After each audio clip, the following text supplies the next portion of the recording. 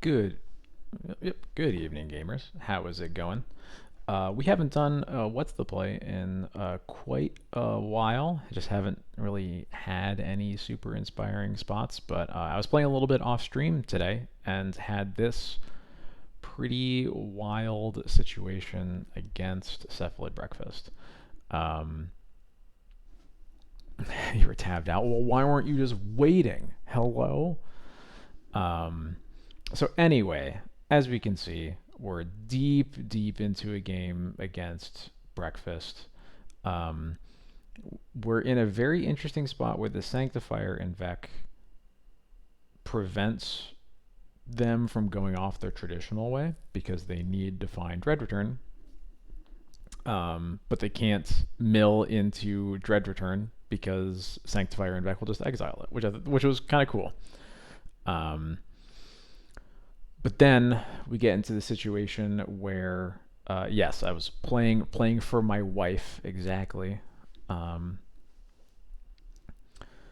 so yeah, we're in the situation where our opponent has Thassa's Oracle in hand, has the combo in play. So basically, once there is a Thassa's Oracle on the stack, uh, things don't look very good for us.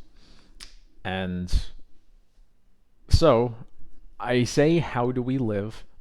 We get, or all right, that's the question that I asked. It's kind of a very complicated answer because there's a couple branching paths based on what your opponent does, but I'll at least tell you what you should be doing.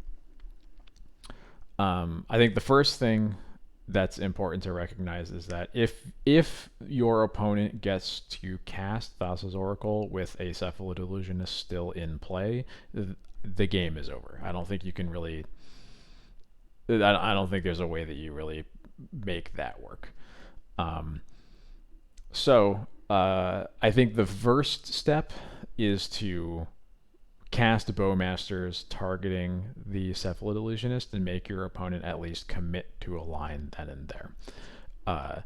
Where things start to get a little bit hairy after that is you have to look at the fact that it's a little bit small, but our opponent has 43 cards in their library, um, which means that in multiples of three, basically they can mill down to either four cards or one card left in their library, depending on what line they want to go for.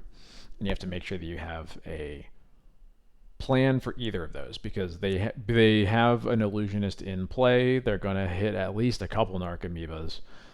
They could just mill to four, cast the Oracle from hand, and then just normal devotion trigger that gets them there. So yeah, I think the very first thing is you have to make sure you have to just target the illusionist, make them commit to a line. And then the question becomes, well, how do you win if they go down to one card? How do you win if they go down to four cards?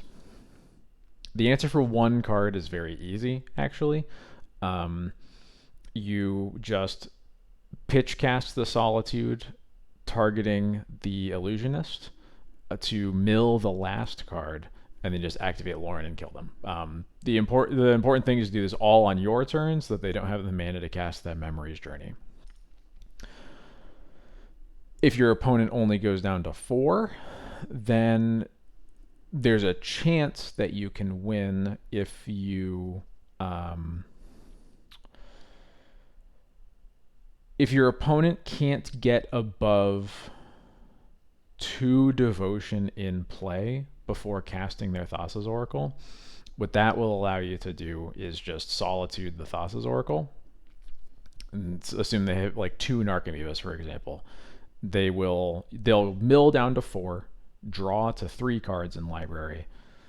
They will cast the Thassa's Oracle, and their four devotion from two Narcomoebas into Thassa's Oracle will go down to two. It turns out two devotion is less than three cards in library, and the Memory's Journey, even if they have the mana to cast it, doesn't do anything for them. Now, one thing that really got me stuck on this was can anything that I'm doing beat a Force of Will? Now we're going to switch over to this view here of basically what happened next was I did in fact Bowmaster the Illusionist. My opponent milled down to 1 card, and they only hit 2 Narcomoebas. What I didn't reveal in this screenshot, because I didn't realize it until after the fact, is my opponent did not have Force of Will in their deck post board, which blew my mind and really should have made this very simple. But yeah, in this spot, I was so fried from how complicated this was that like I just messed up. But from here, you easily just Solitude the Illusionist, mill that last card, activate Lauren, targeting them. They draw a card with no cards left in their library. Game's over. But wow, it took me a really long time to get there because Memory's Journey and Thassa's Oracle in hand is a hell of a combo. I am sorry for all the people who really wanted Sanctifier and en-Vec to do something on the last stream, because I had to do it off stream instead. Yeah, it's very complicated. I think the answer eventually was a lot simpler than I thought it would be.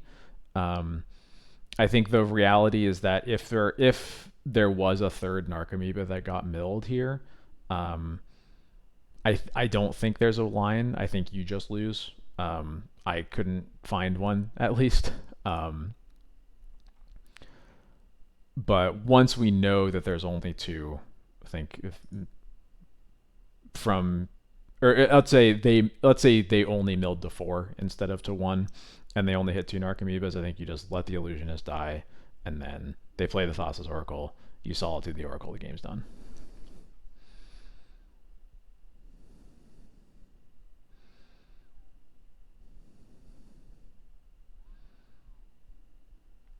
Isn't there an option to Solitude? Yes, I everything I just said was about 4 cards left in their library. When they're at 1, yeah, you just Solitude the Illusionist, activate Lauren, and they lose. It only gets complicated if they stay at 4 cards in their library. I don't think that 1 Narcomoeba was exiled. I don't know what it would have been exiled to, notably, because they did not play Force of Will. So I think a Narcomoeba is one of the cards that's in their hand. It could be the last card in their library, but I don't know. It's more likely to be in their hand.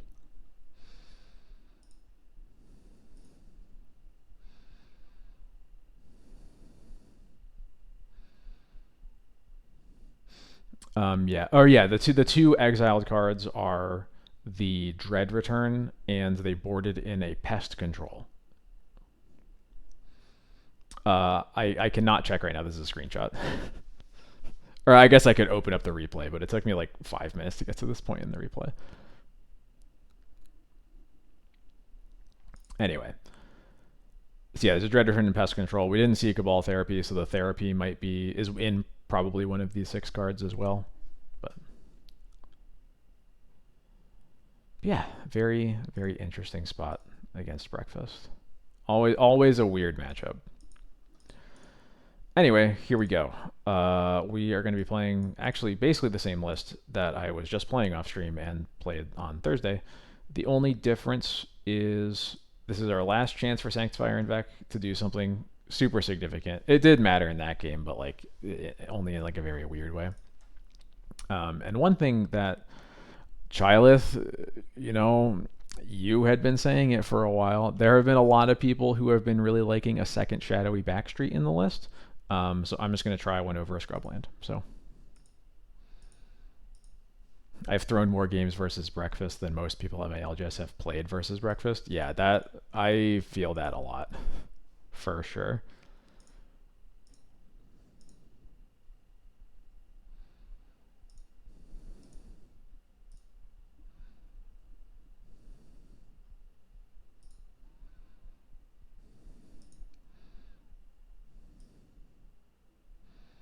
Also, during the challenge, all of my Moto settings reset. So if things look a little bit different, I did my best to return them to what they were before. But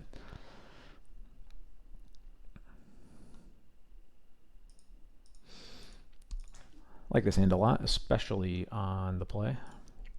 Wish I had removal, but like it has mostly everything else I would want.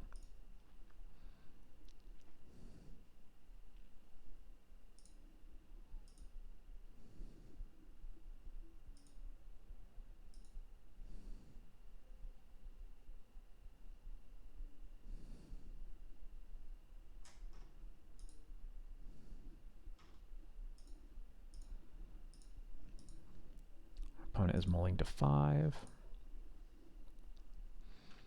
The dinner table, the couch, the breakfast nook, breakfast. Well done, Jason. Well done.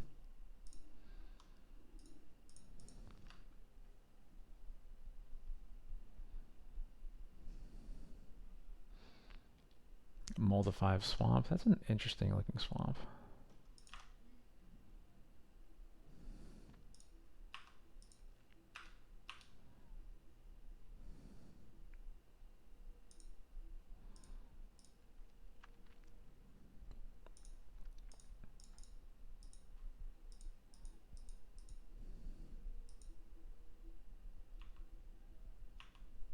Yeah, I had a feeling this was going to be a dark ritual deck. Are they ritualing into Bowmasters here? They sure are.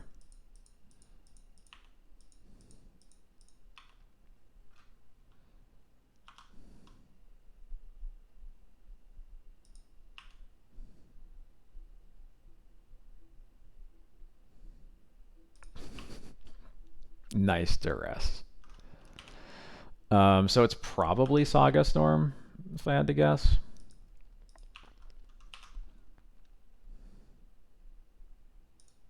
They didn't attack. Hello?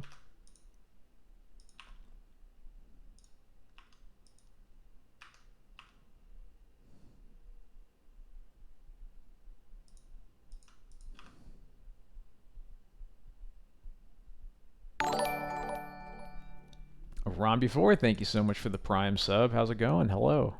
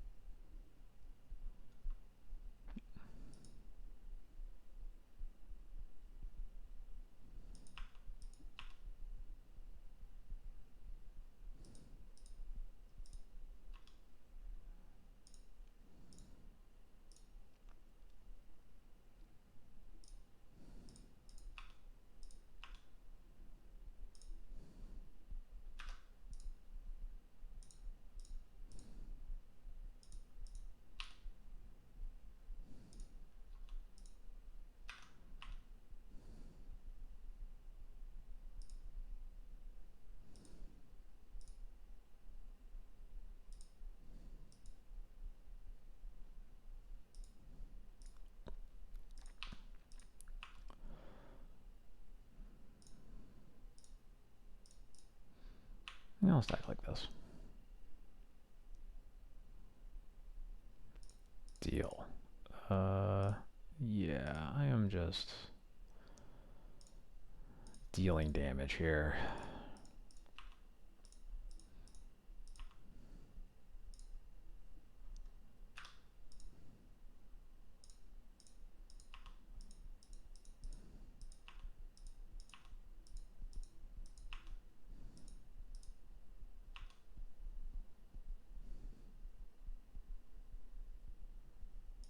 Hell yeah. Alright.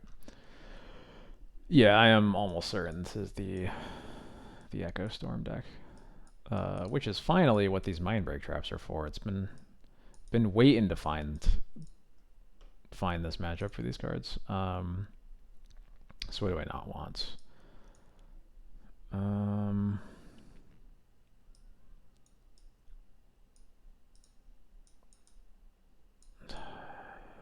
This matchup's a little bit tough because the removal isn't totally dead because it's important to have Bowmaster answers when they echo you.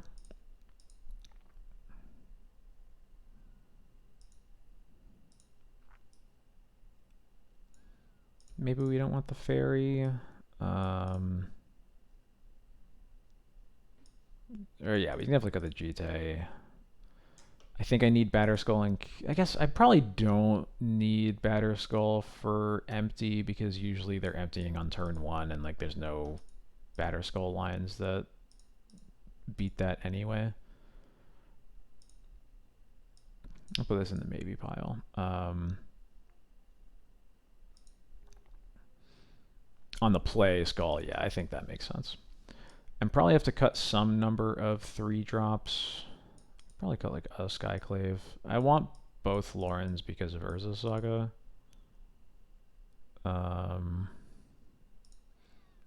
Probably don't need both sashes, especially with all this graveyard hate I'm boarding in. Stream, you have a question? What's up? What is your question?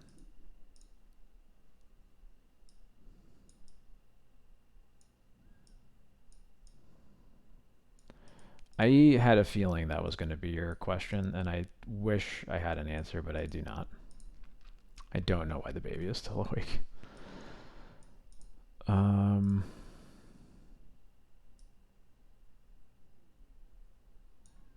just going to cut Skyclave. Man, this is tough.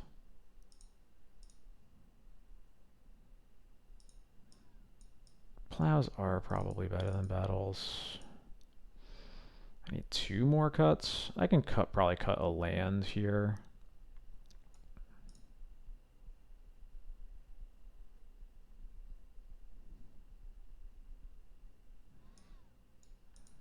Cut 1 wisp. I'll try that.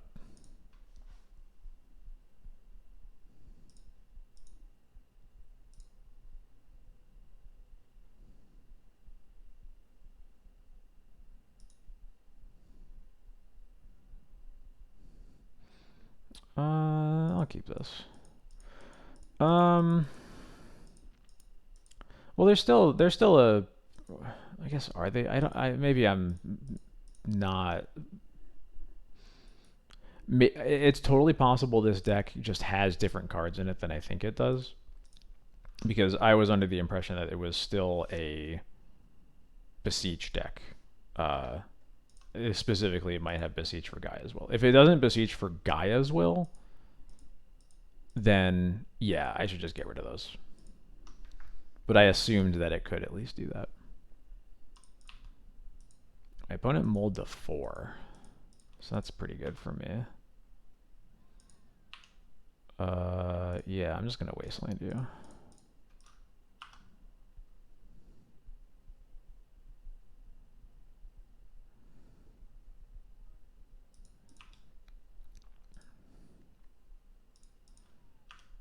Okay.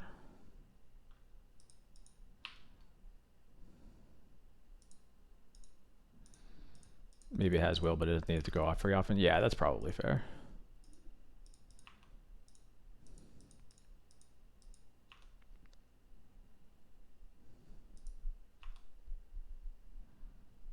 Those are not the scariest Urza Sagas I've ever seen.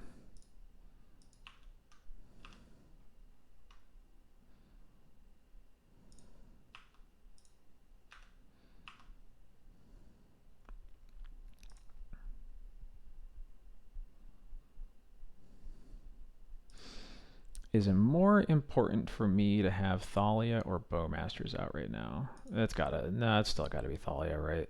They can.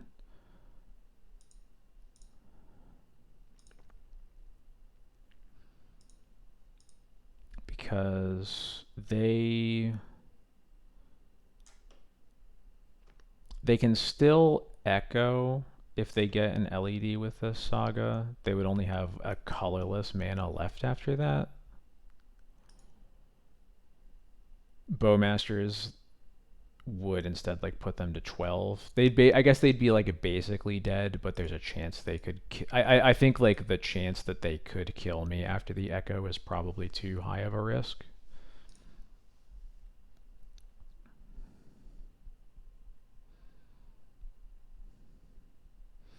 Like I think it's pretty easy without a Thalia in play for me to have like an 8/8 army and then I just die, right?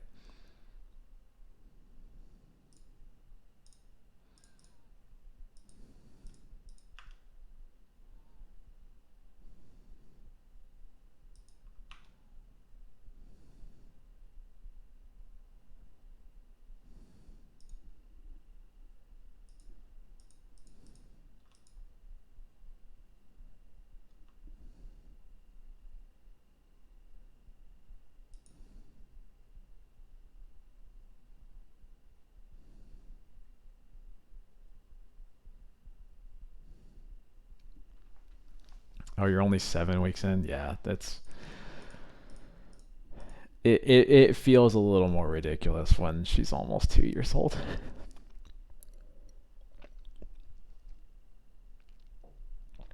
She's usually very good about sleeping, but she's been on a weird kick this month.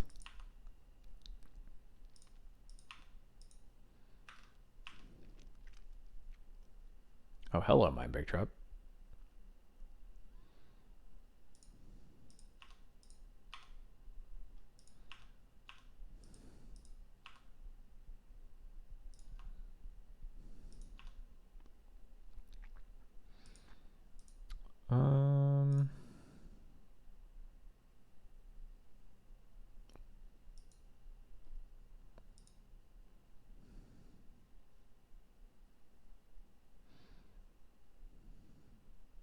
I think I don't want to add to my hands. Yeah.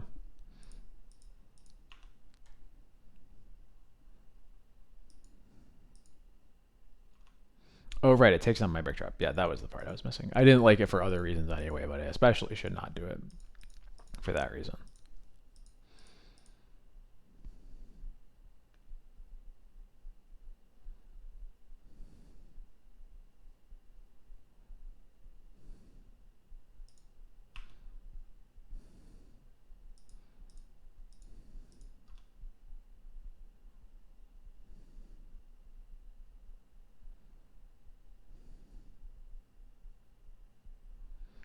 Ooh, they cracked both of them.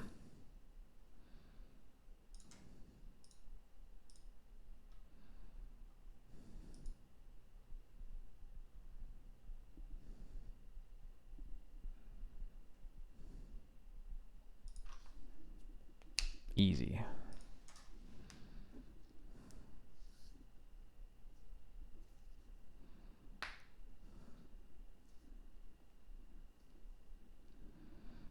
It really has been almost 2 years since I started streaming, which is insane.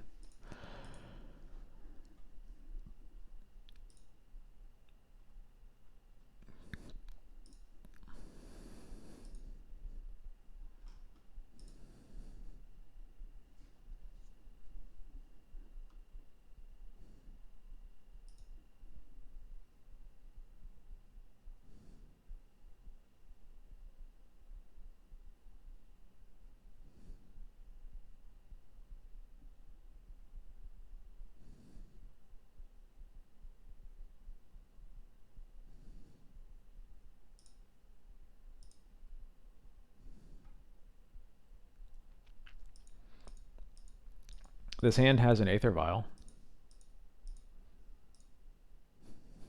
Next question.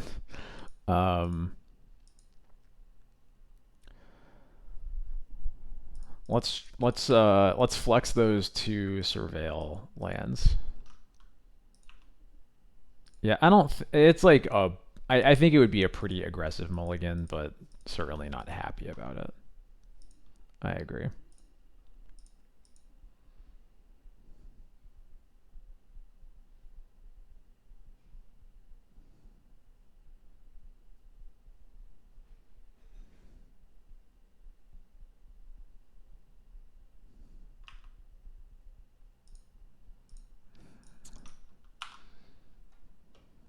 Thanks, Tech.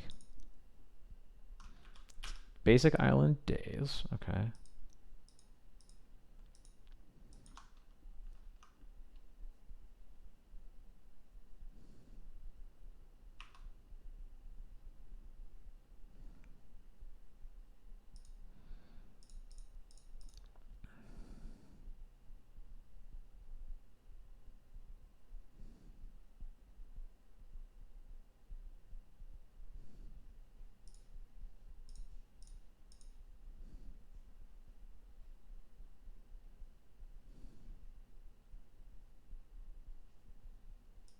Okay. I had a feeling it might be something like this. So the Atraxa in their hand is notably basically dead. Yeah, I just take the animate dead.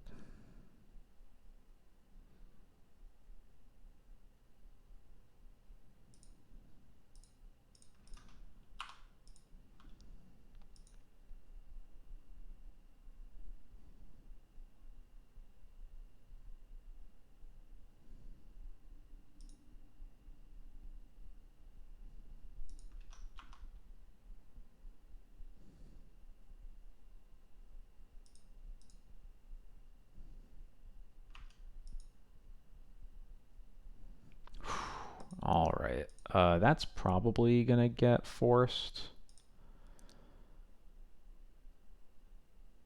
which is fine by me.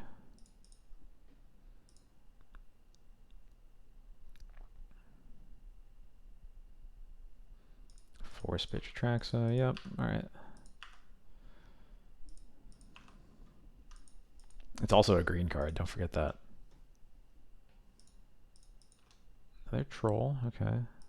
Probably gonna get an undersea sewers. Nope. Underground sea. Play wastelands. Okay.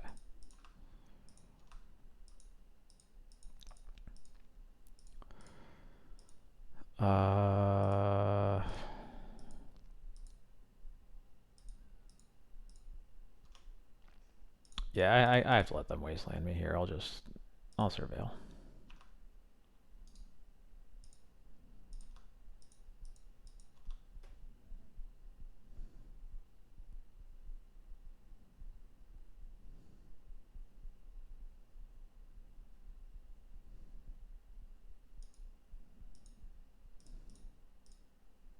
Oops.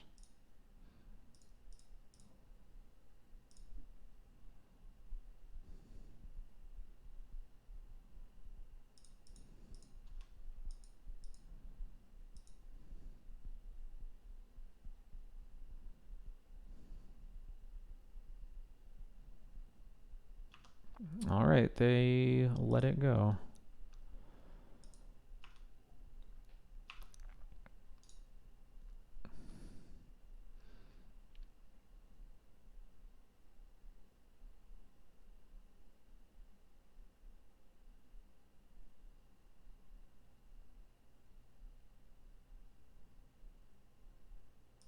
I'll keep that.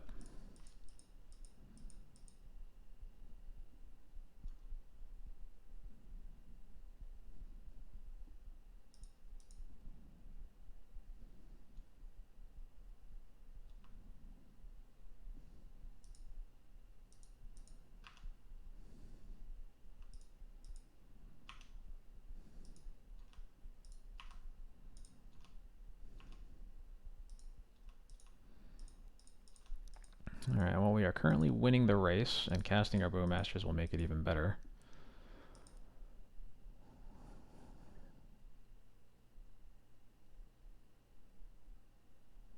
Another troll. Are they getting...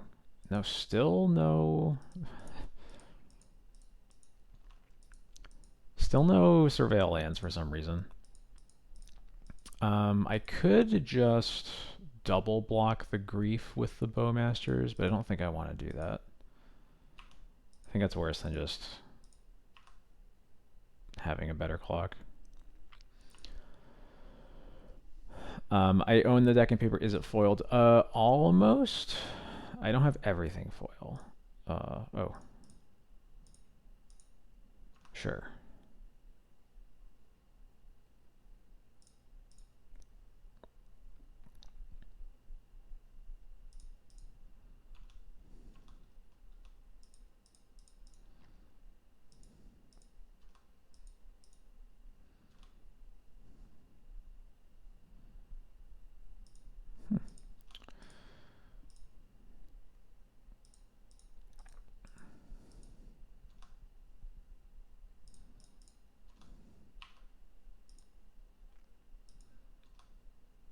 Am I putting Yorion in my hand here? I could potentially cast it next turn, Lotus Pedaling the Caracas.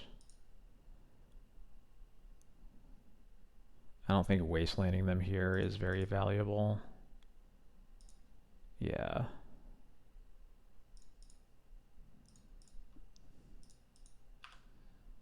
I have a feeling I'm going to play that into days regardless because it would present lethal. Entomb. Entomb for Archon? That would not be good.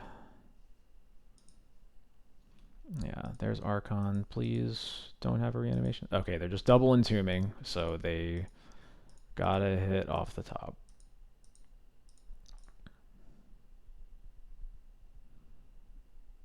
And reanimate doesn't really do it.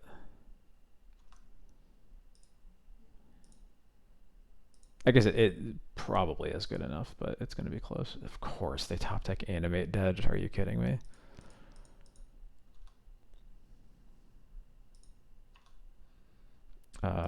Sacrifice that, discard this. I at least get to ping them for one.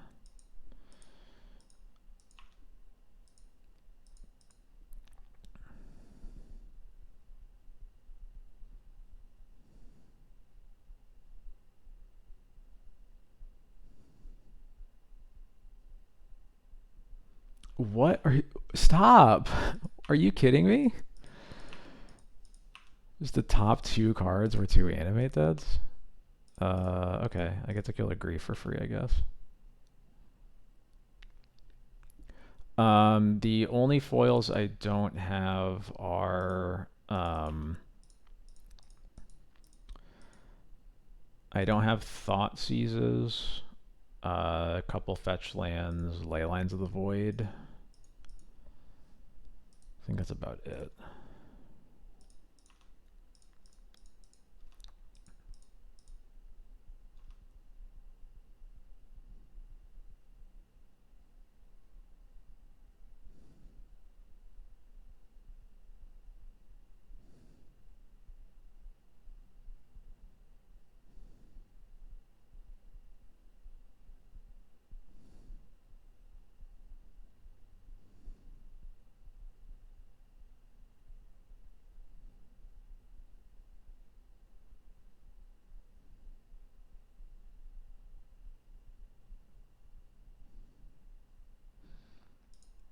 Do we get out of this anyway?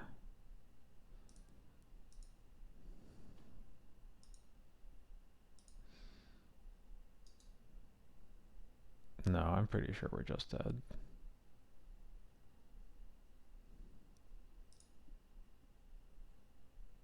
Yeah. Well, that was completely insane. But we do finally have the Sanctifier en-Vec matchup I've been waiting for. So we'll see if it does anything. We'll get rid of these. Get rid of this. Get rid of these.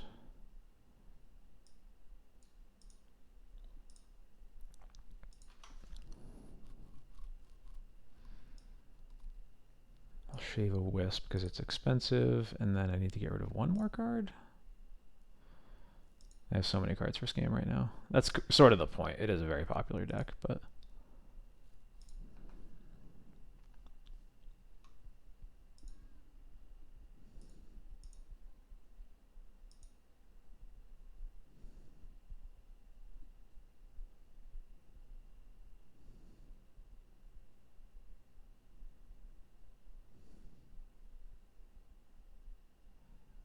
It may just be a Mother of Runes, honestly. Yeah.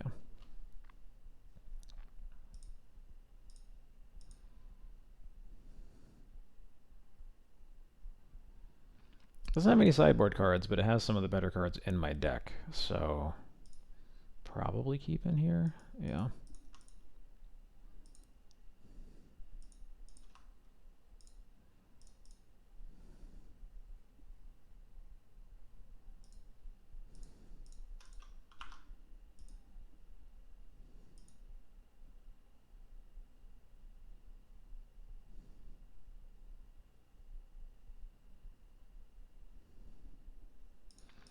Force pitches Brazen Borrower. All right.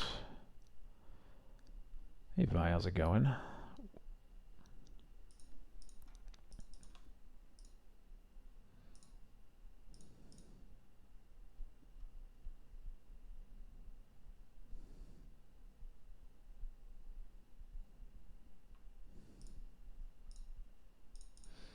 Please let my Stoneforge live. Thank you.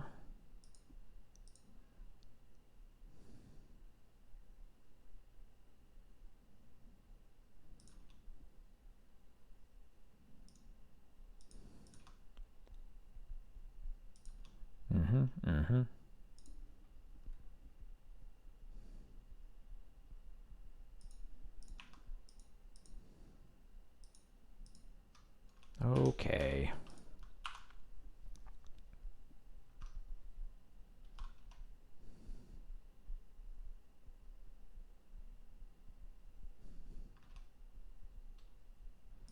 Nice. Get to get another basic. I love that for me. I'm just going to recruit for another sash. Or not another sash. The first sash, because the Stoneforge couldn't get the first one. You're right, they didn't kill my Stoneforge. I should have been more specific.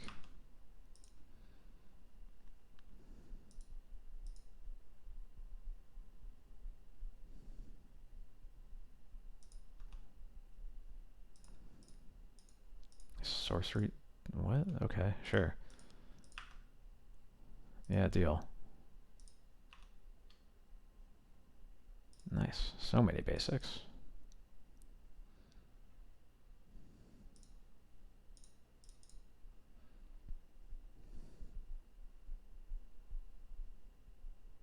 Another force. Pitching Ponder. Okay.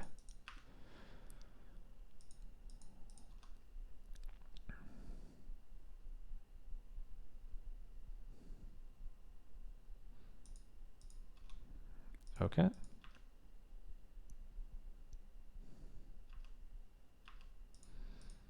Well, I'm about to put 7 power into play.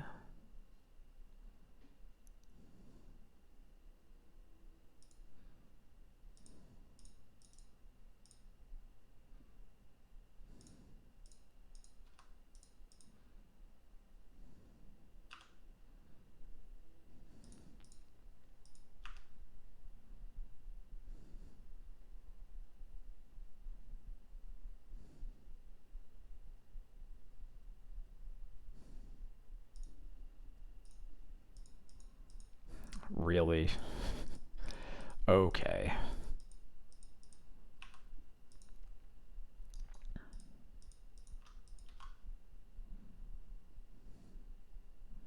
I mean, I'm pretty sure I'm happy about that, but what gives? Yeah, sure.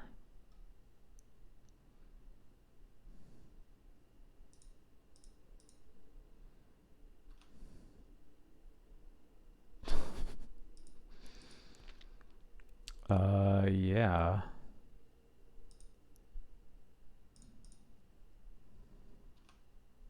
I'm not sure why they aren't attacking with Voidwalker, honestly. But I will not question it.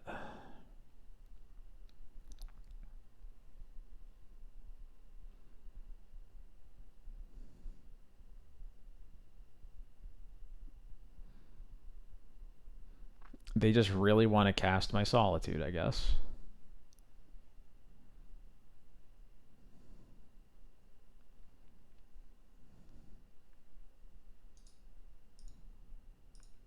I guess...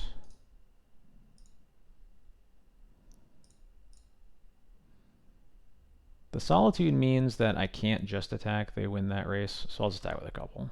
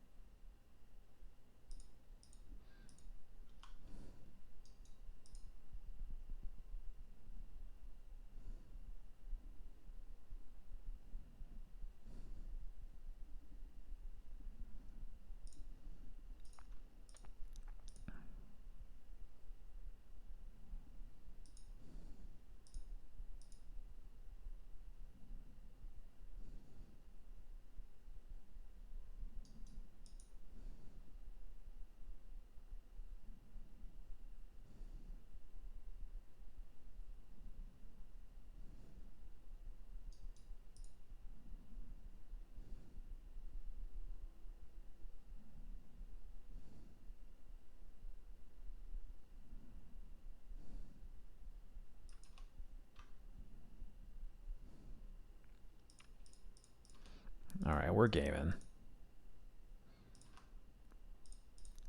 Still attacking 2 in case they have like a Brazen Borrower for the Batter Skull.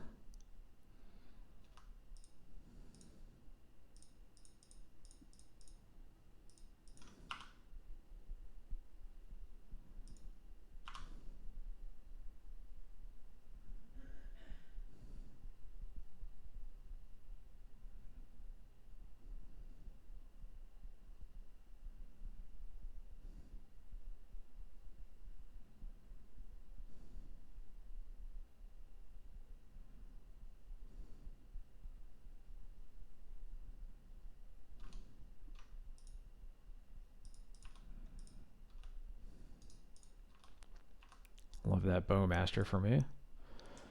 Yeah, you gonna double block? Yeah, you are. No. Oh, single block? Double block? Double block.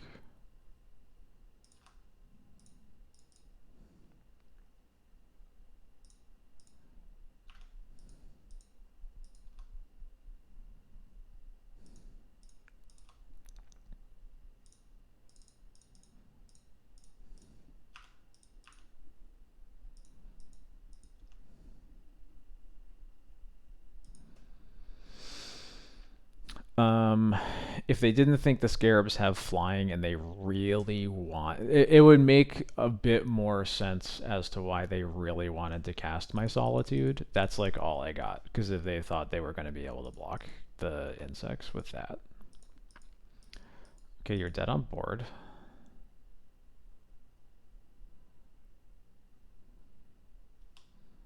How does my opponent keep just having like 5 animate deads in their hand every time? What's going on? I mean, it's a lot more. I can deal with it a lot more here, but like, seriously. No attacking with those. Yeah, here we go.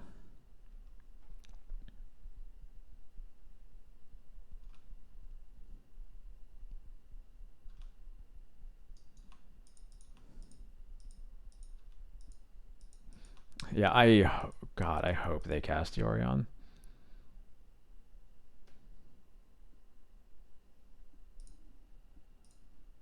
Damn.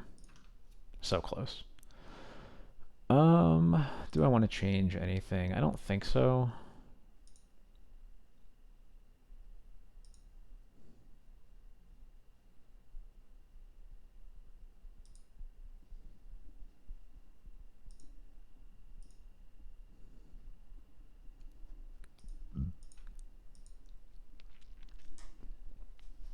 Every time I cast a Scarab Swarm, I imagine it feels a little bit like how it feels when people cast a Murktide Regent.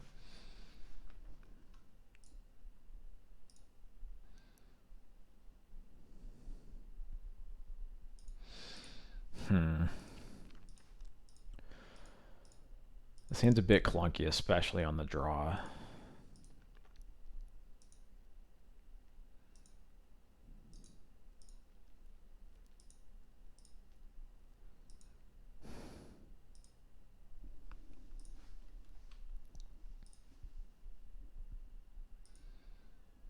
Yeah, I think we can do better than this.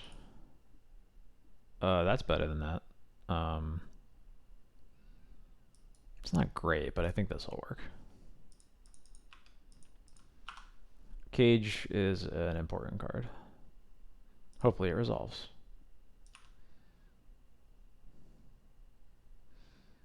I wonder if I wait a turn to play around days, since I'm not going to use anything on... Like, they aren't going to...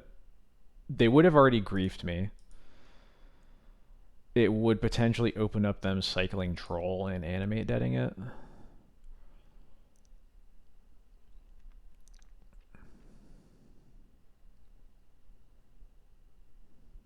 If they have Entomb and don't have days, yeah. Yeah, I guess I think I'm supposed to just make him have it. I expect fewer Entombs post board, notably, but all right, it resolved. Hell yeah.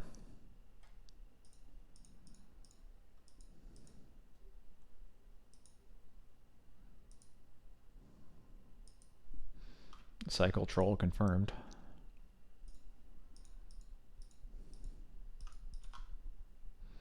They got a scrub lands.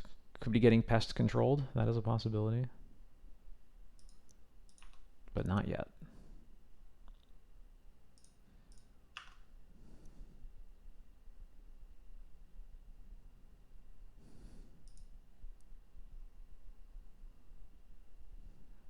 Brazen Borrower? Trying to pay something. Entomb.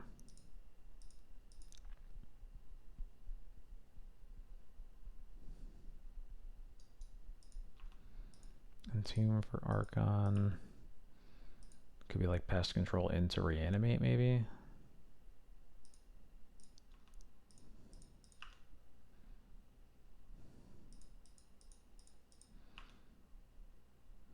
don't know what they have now.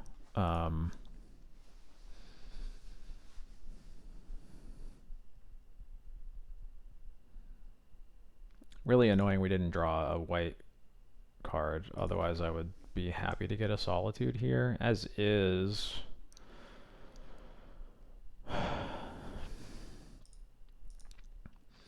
I'm not under a lot of pressure, and they aren't acting like they have an answer for this Grafdigger's Cage.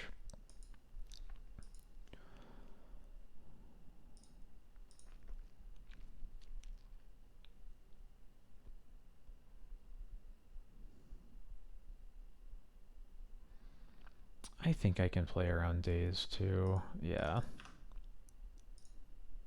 Oops.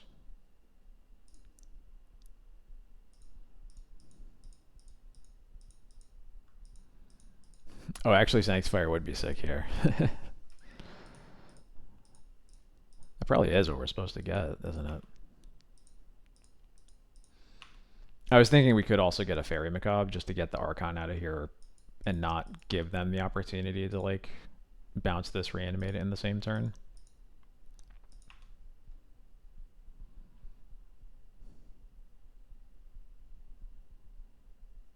But with this Wastelands, I think we... Yeah, okay, cool. We're still golden. We're okay. No more lands, please. And maybe take a Wastelands to hit the Scrubland, but other than that, no thank you. Okay, cool. Alright, Recruiter the Guard. I have multiple options.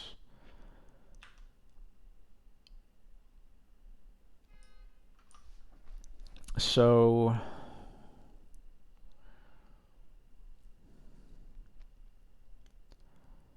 I could get a Solitude to make sure that I have an Archon answer.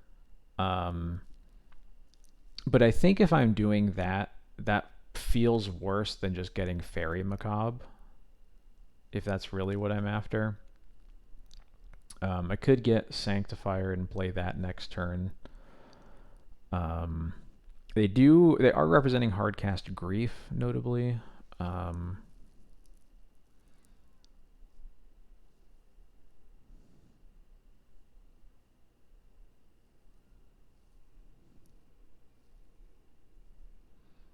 There's a lot of things we could get here.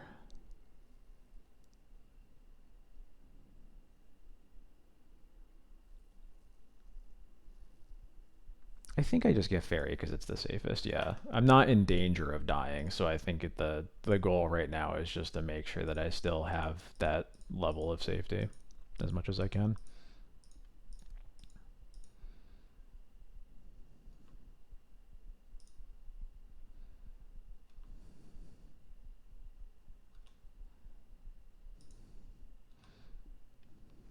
What do you know? A Bowmaster indeed.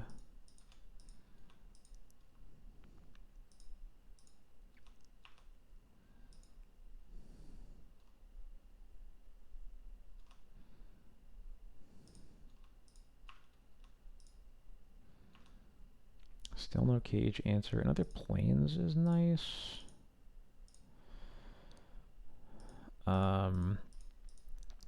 I could get Sanctifier here, but I don't think I'm casting anything into days anyway, so I think with the Fairy in my hand, I think I'm less interested in getting Sanctifier, and I think I just want to get a Solitude or a Stoneforge.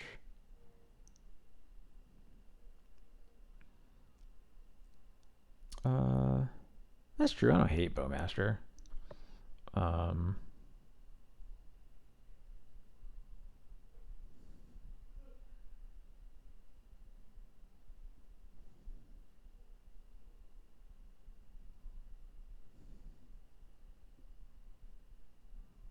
Yeah, I'll go for Bowmaster. I think I like that.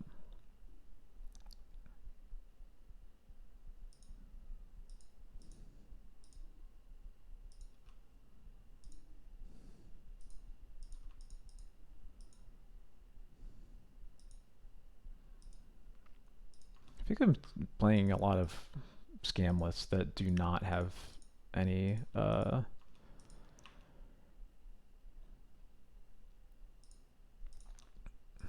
what's the word I'm looking for? They don't have any surveillance in them, and I'm not really sure why. Okay, cool. I was a little bit worried about potential hard cast troll there. That would have been scary. Ooh, battle's a really good draw.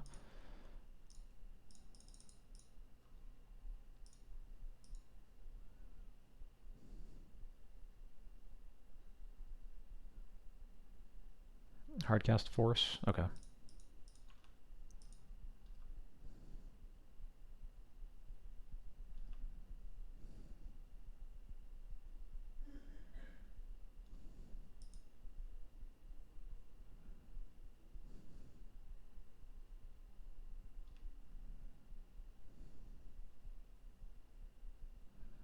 It's weird that they don't even want to.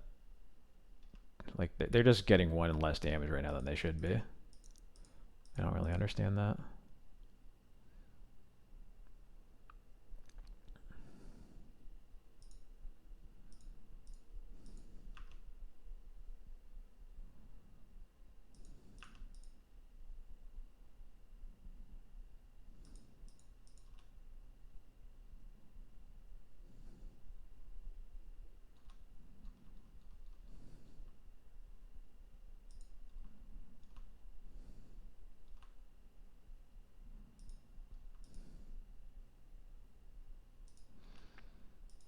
Is there just him like just a pile of Force of Wills? Like, what's going on?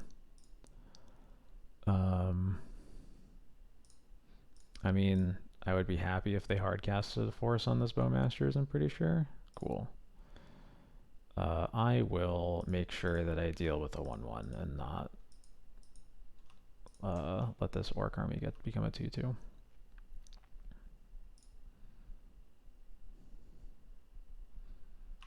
Fatal push, sure. Okay. Surprised you didn't buy your in there. I feeling a little bit. Ooh. Do I really want that?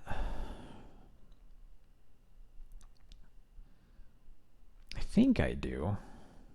Yeah. It might give me a good opening to put Yorion in my hand. I'm usually just very averse to putting Yorion in my hand in this matchup until I know for sure that I need to.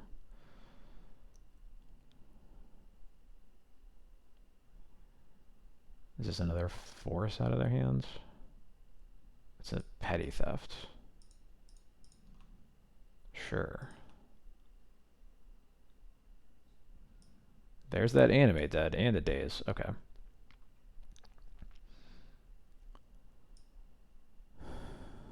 I'm... Okay.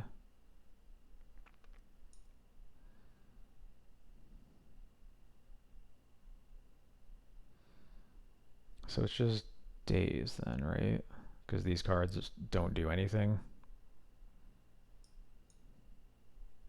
Daze doesn't really do anything either, but like there's a world where next turn I want to like 4, 5, 6, 7. Yeah, so I'm gonna put Yorion in my hand here. There's a chance that like I will battle the Borrower away and then cast a Yorion, and I would need to do that around Daze, yeah.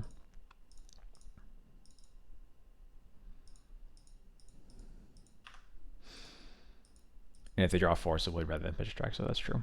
Strass Daddy, thank you so much for the raid. How's it going, everybody? Hope you had a good stream. They did not cast Brazen Borrower. Interesting.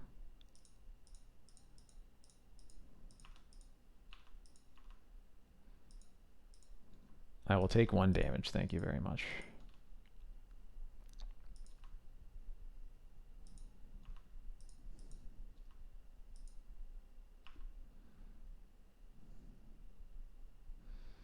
Maybe later.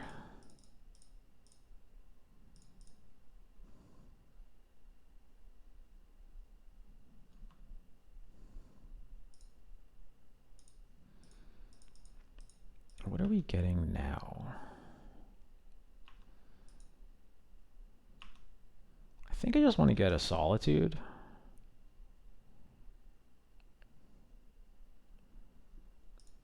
I could also swarm one of us, but I feel like I just want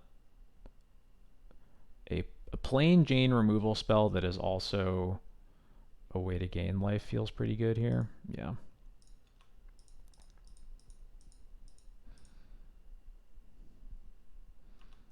Borrower resolves.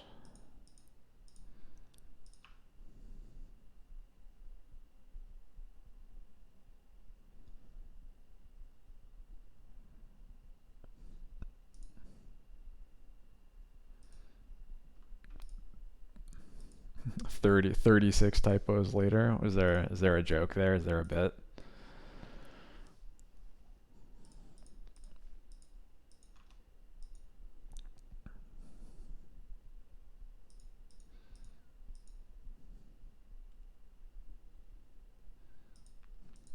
Oh, a lot of trouble typing /raid. You know, I've been there before. I get it. I cannot believe they haven't wastelanded me yet. Like they haven't used this mana for forever.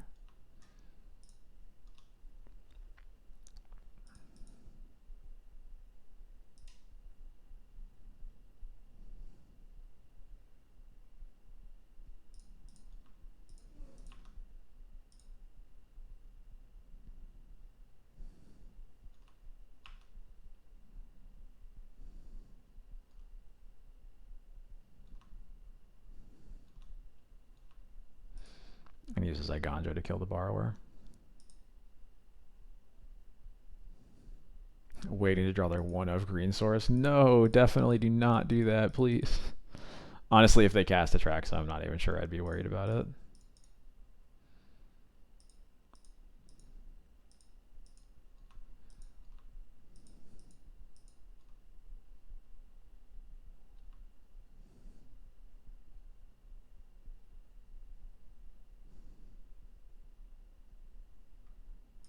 Hello, troll. How's it going?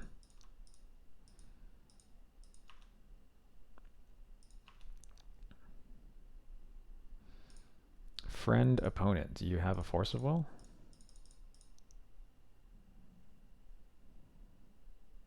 You do have a Force of Will. Okay, force, pitch the Atraxa. Got it.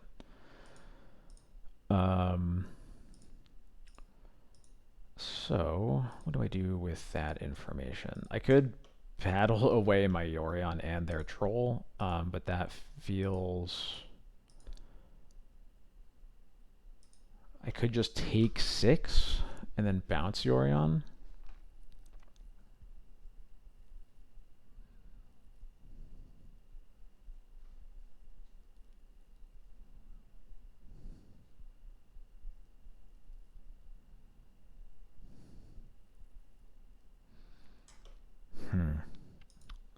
This is a little tough.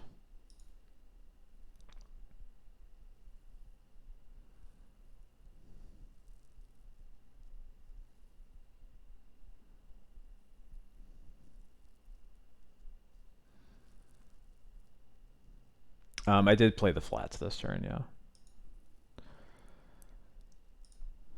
Yeah, 9 versus 8 with 1/1s. You have a food, and their top decks are a lot worse than mine. So, yeah, I guess I'm supposed to do it.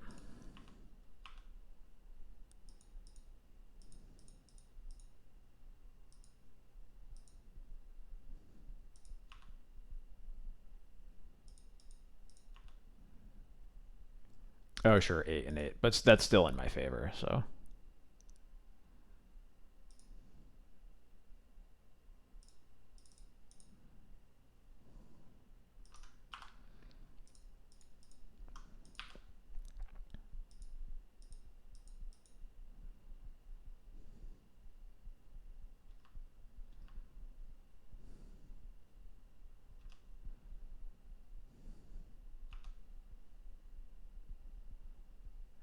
It's funny. I was just thinking about whether it's time to cast the Fairy Macabre, but now that I have the Sash, I am definitely just casting both of these.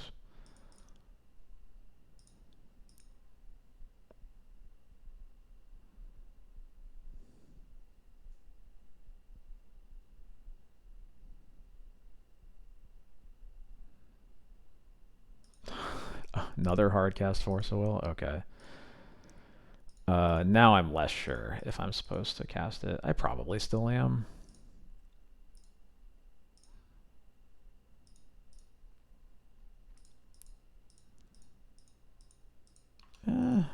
am still winning this race.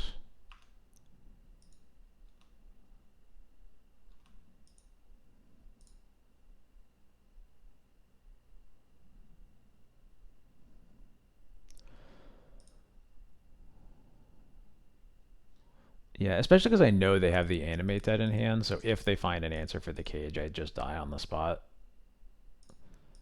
I will at least make it so that the situation isn't any worse for me and cast this ley line.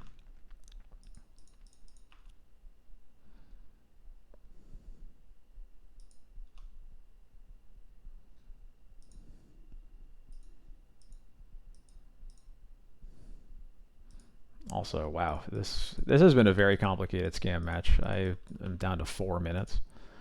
What have I been doing?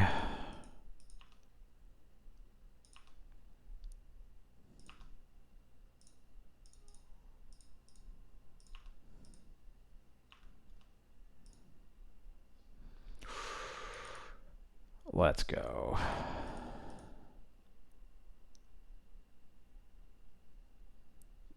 Seriously? The fourth Force of Will? Get out of here.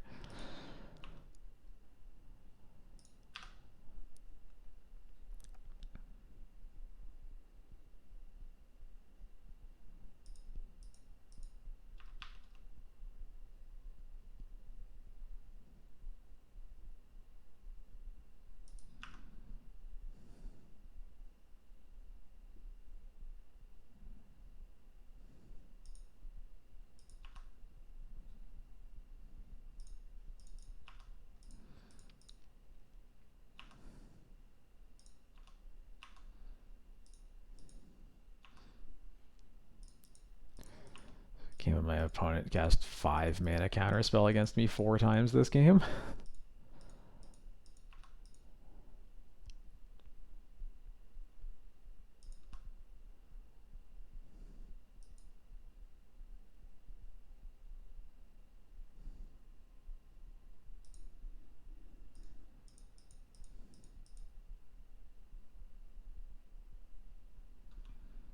Alright, that sucks. Gonna get rid of the Archon and a Troll, I guess. I really need this Surveil to hit a spell that matters.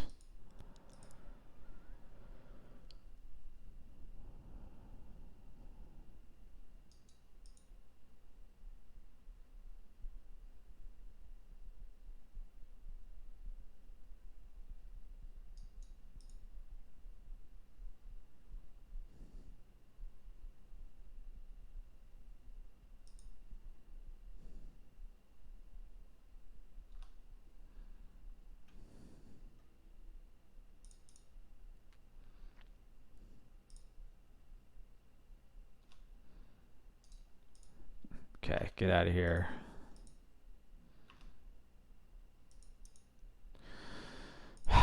Okay.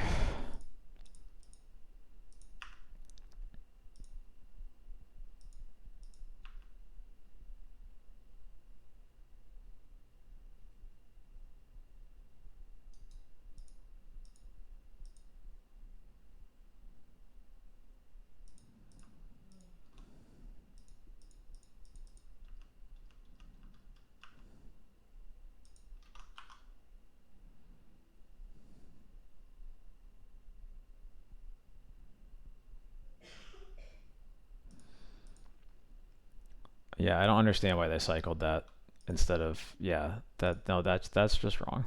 I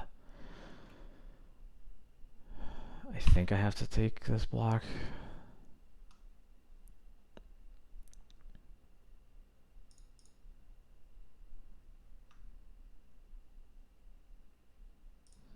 We have more outs if we don't block. No, that's totally true. But yeah, we just drew another wasteland anyway.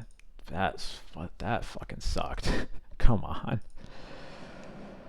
Yeah, we should have not blocked because it means like if when we block there we're dead even if we draw like a Solitude.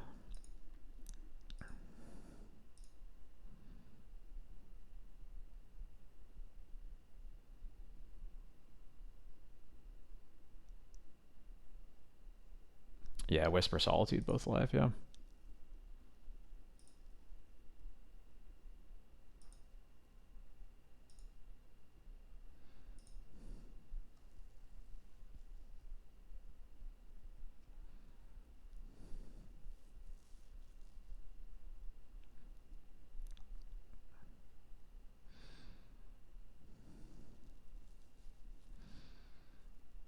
Putting yourself only valid. It's either battle or recruiter, I think. But yeah. But yeah, we drew Wasteland, so ultimately none of it mattered. God, we flooded out so bad at the end there. That was absurd.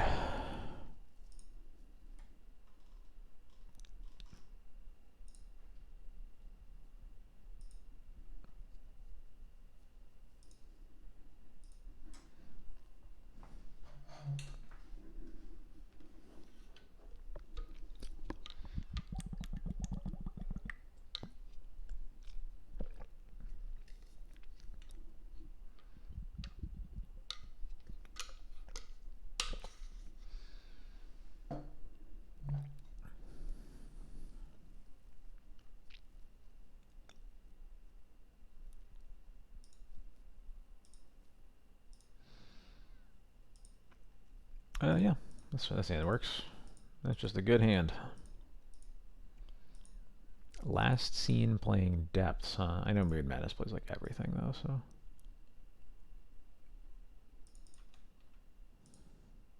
At least I think they do. Unless I'm thinking of somebody else.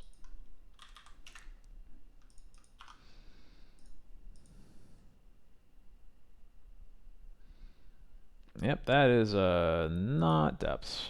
Or at least it's not green-white depths. Could be turbo.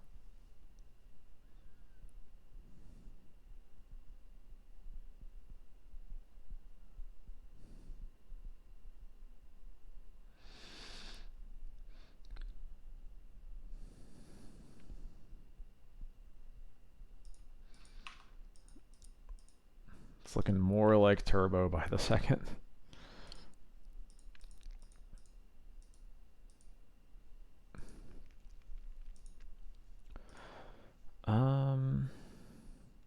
I think I want to surveil here versus playing anything else.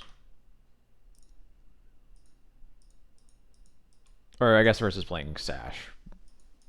Main phase.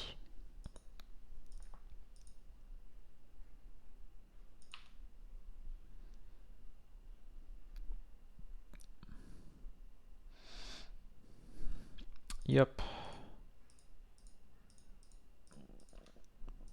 Mm-hmm.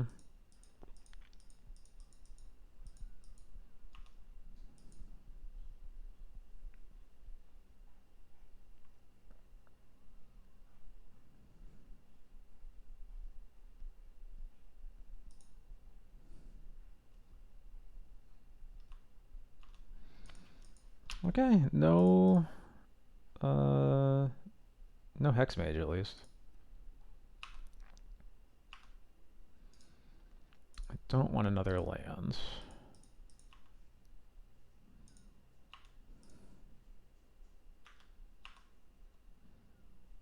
Okay, there we go. Yeah, scam depths. I got nothing.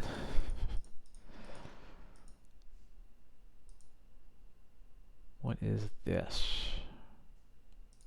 God, a crop rotation for stage.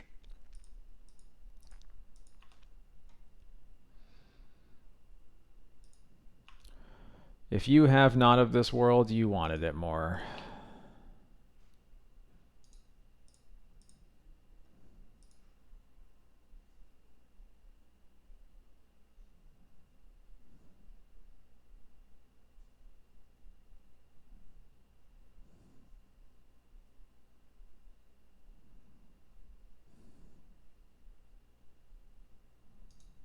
Sick. Love to see it. Okay. Nobody plays this deck. I have no idea what to do here. I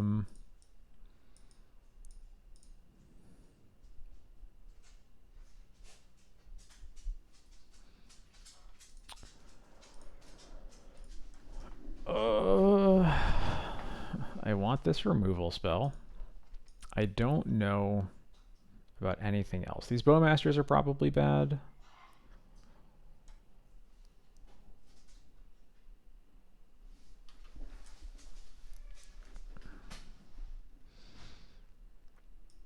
If they're griefing, there's a good chance that Sanctifier will be good. I think I'll just bring in Sanctifier over Bowmasters and assume that that's like fine. Might want battle in the end, but I wouldn't be surprised if they like just have grief and that's it. That pause almost got me for Spirit Guide into reflexes. Yeah, the pause made me think that they were just upset because I think if they had a response, it was going to happen right away. I think the cage is fine. Oh, sure, right. The grief. Duh. This hand doesn't really do anything to them unless they're on unless they're like hard on scam, but it doesn't do anything about depth. Excuse me. I'm not sure if that means that we have to mulligan. We at least have a way to get above 20.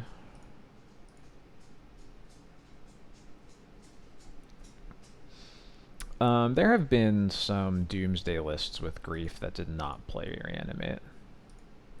Yeah, I think we mulligan too. Ooh. It's a hell of a one-lander. It's one-lander on the draw, but it at least has a removal spell.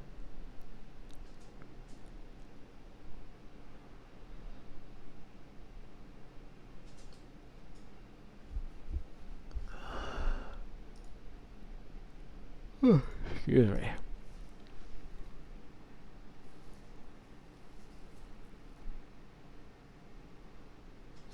I'll try it. It at least has a piece of interaction. This vial is fixing. Aether vial is fixing.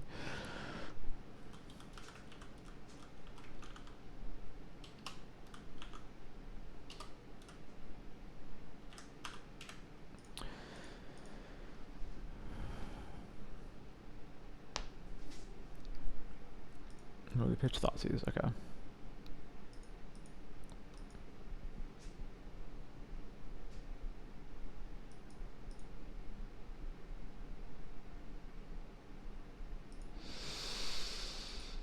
Well then,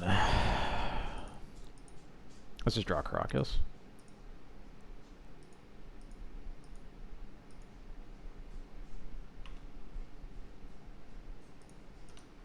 Sick. Well, that's a way to lose this game, huh? Well, if they're just playing stages, I have a lot of time at least. Hell yeah, let's go. Wasteland's a really good land to draw here, too.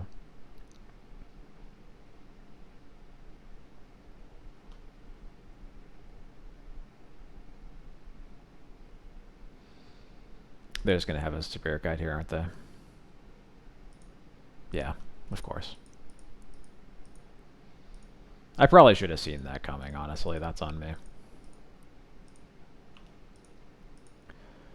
So we have some number of outs, but that is not any of them.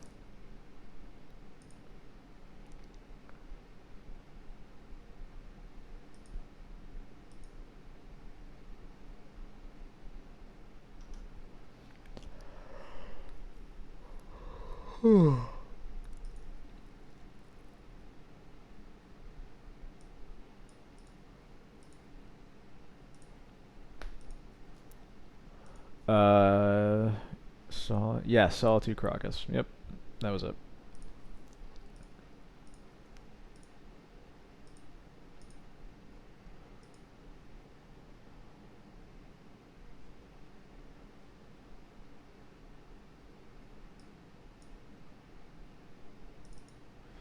Oh yeah, I am also listening to the Sanctifiers, actually. Cage seems fine.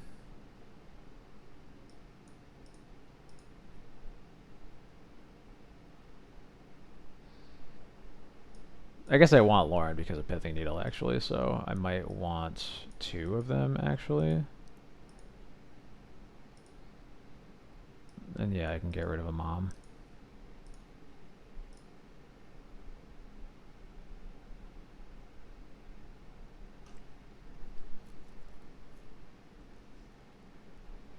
I guess, do I want mom more than Bowmasters? I think I do. Bowmasters doesn't actually do like anything against them. Mom can at least like with a wisp, mom can like block, and she also is a white card. Yeah.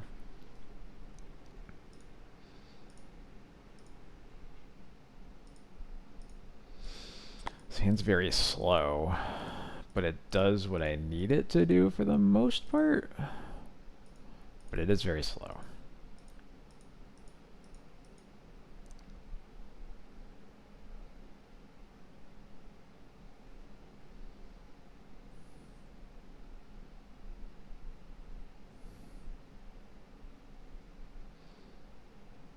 I think it's hard to argue with a hand that has 2 Caracas in it.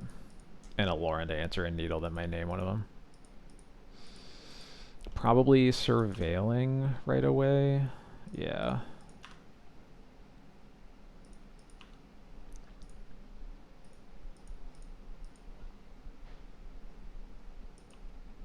Okay.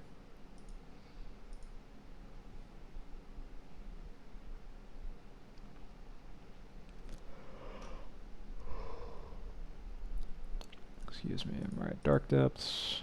Thoughtseize me? Yeah, sure. It's probably the Solitude going if I had to guess. And this smells like Urborg into Dark Depths into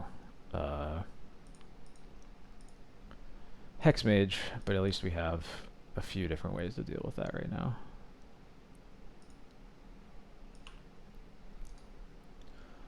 I don't want Thalia here, right?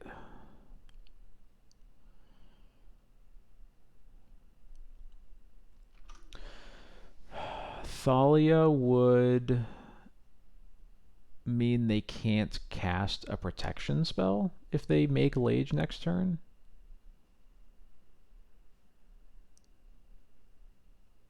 Which means that my Caracas or my Wisp is a guaranteed answer to it.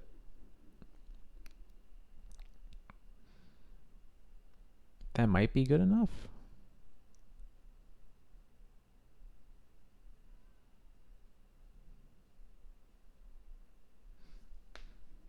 I think it is.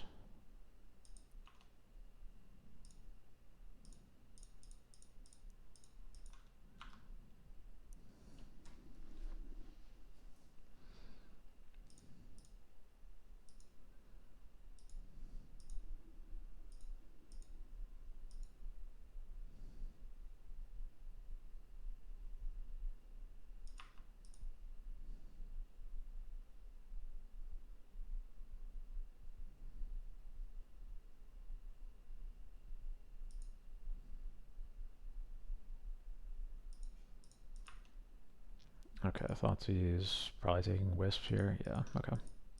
Bummer.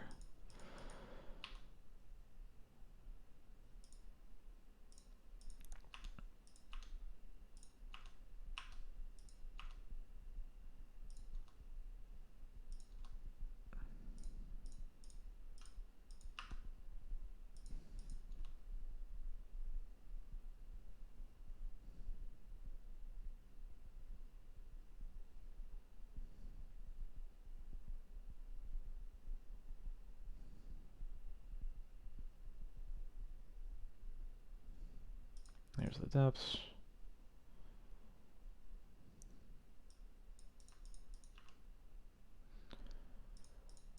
And no anything else, so we should be safe this turn, right?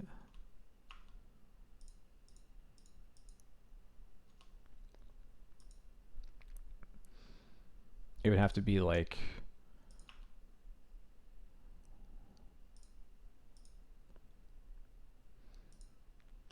Spirit Guide crop rotation would be enough to make a Lage, but not to protect it.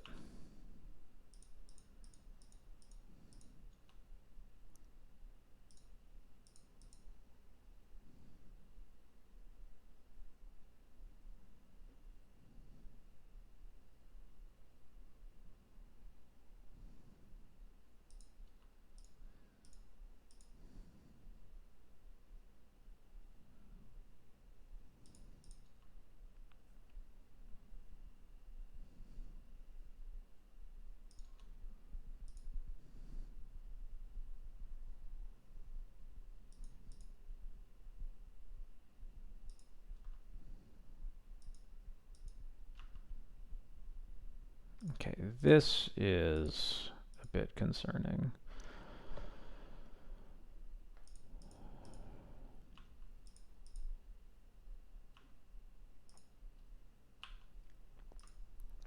We might just be dead here then.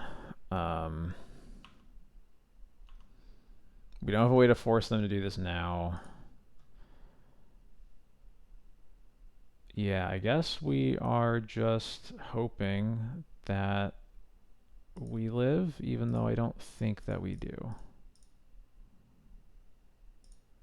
I guess I make him sweat. I can't imagine they play around it though. They probably just make, yeah.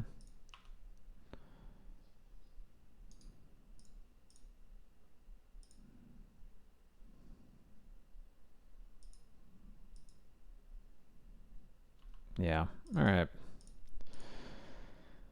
Maybe we threw that second game, but man.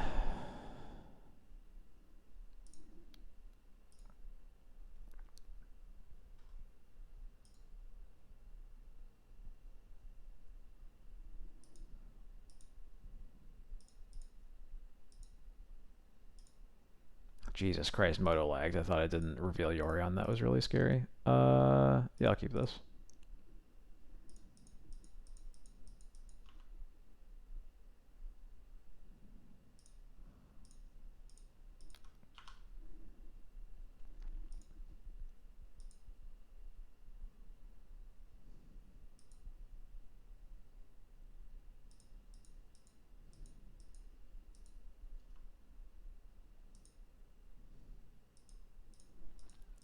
Misty Rainforest, eh?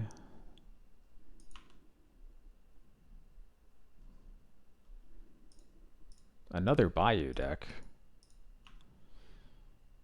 Huh.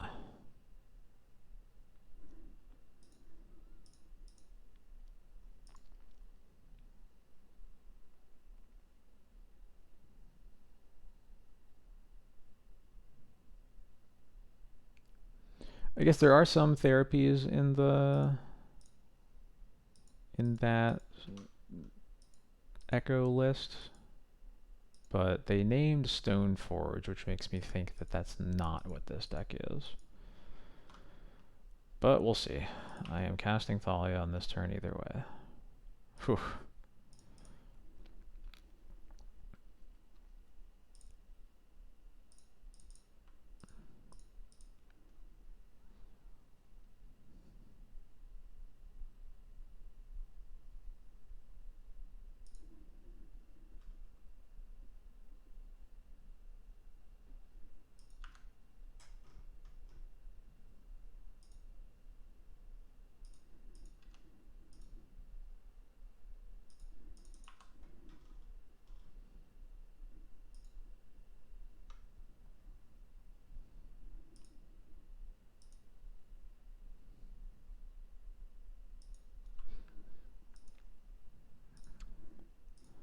Person of culture.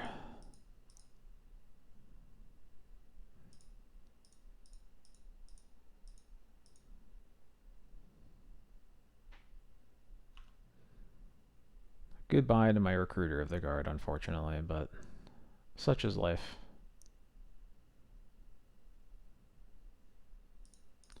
I would love to use Veteran Explorer's ability.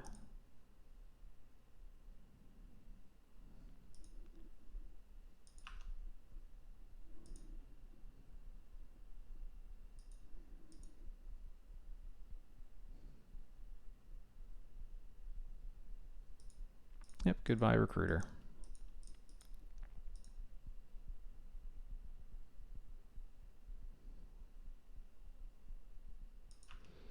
Baleful Strix, boo! Boo, get off the stage.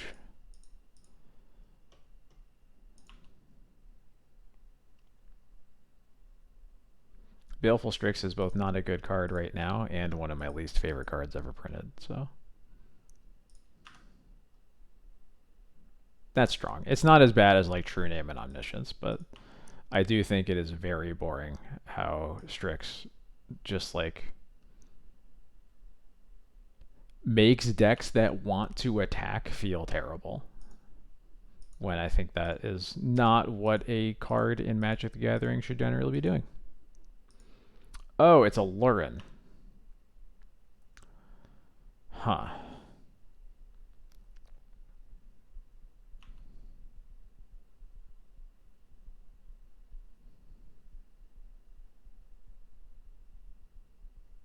Oh, and it's a recruiter line, so I'm probably just dead.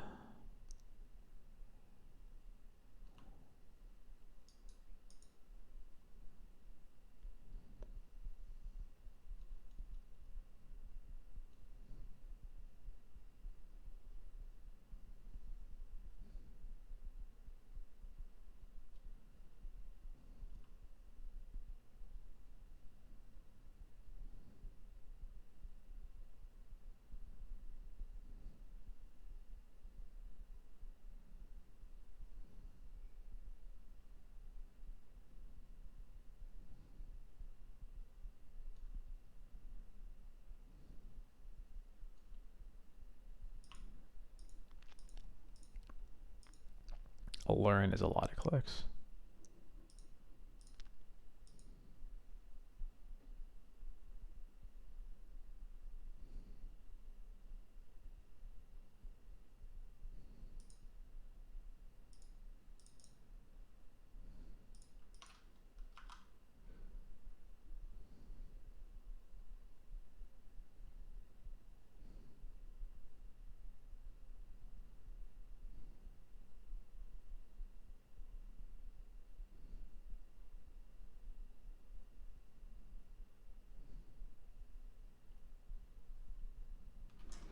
Now all I need is for the next 18 cards in their deck to be lands.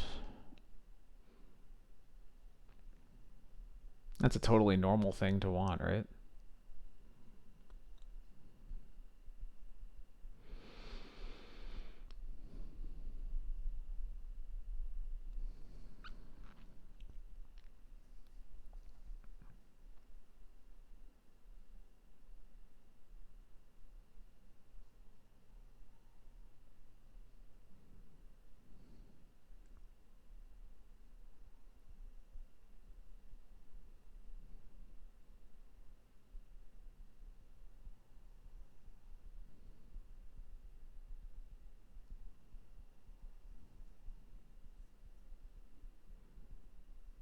Oh, wait.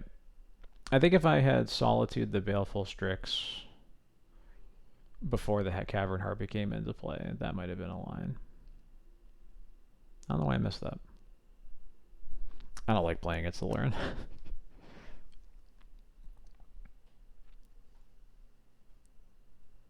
It's a very cool deck. It's just a headache every time.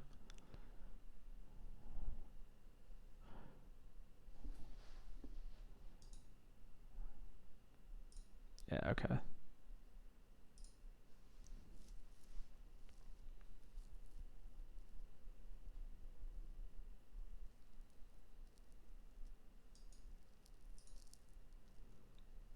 Learning nothing very surprising in general. Alright, I'll do this.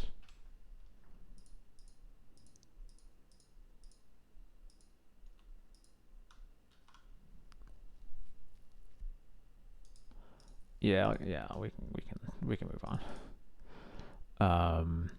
What do I want? Vanishing Verse seems fine. Lauren is good. That might actually be it, honestly. GT is great. I don't really need Batterskull in this matchup. I don't really want Sash. Maybe I want Sash. I'm not sure.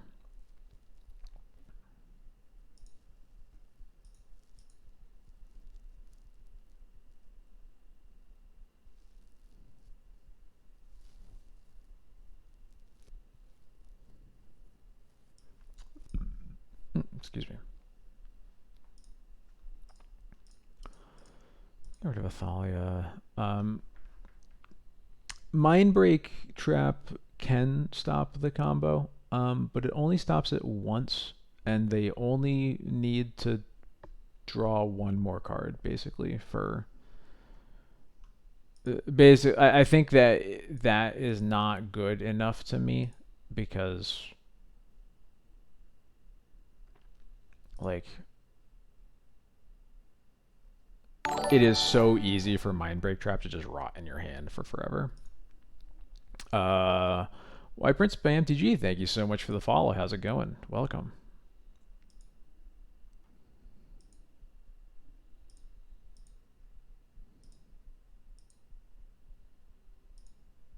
Yeah, this is good. Lauren in hand versus a Lauren is always really good. Paiku Druid, thank you for the follow as well. Having a Lauren you can cast into an Aluren is very good. And a Lauren, I'm so smart.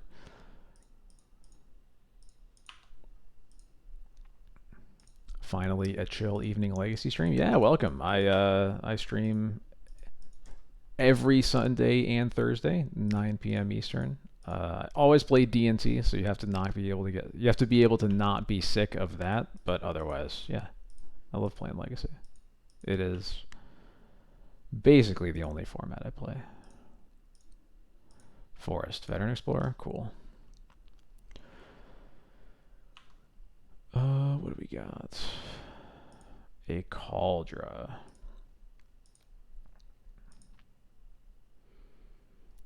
I kind of want to...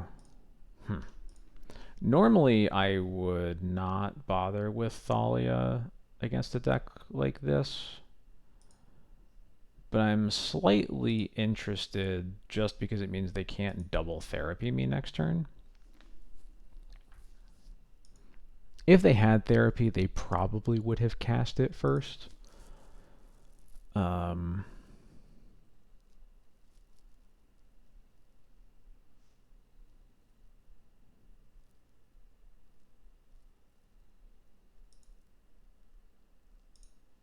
I'm going to start with Thalia.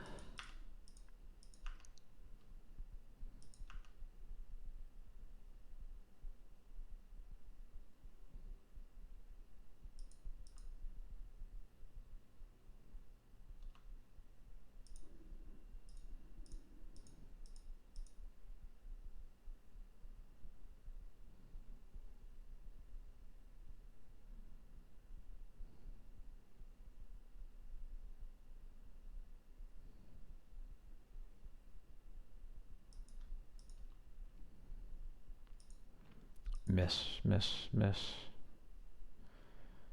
They named Stoneforge in the blind last time. I hope they don't do that again. They named Recruiter. Hell yeah.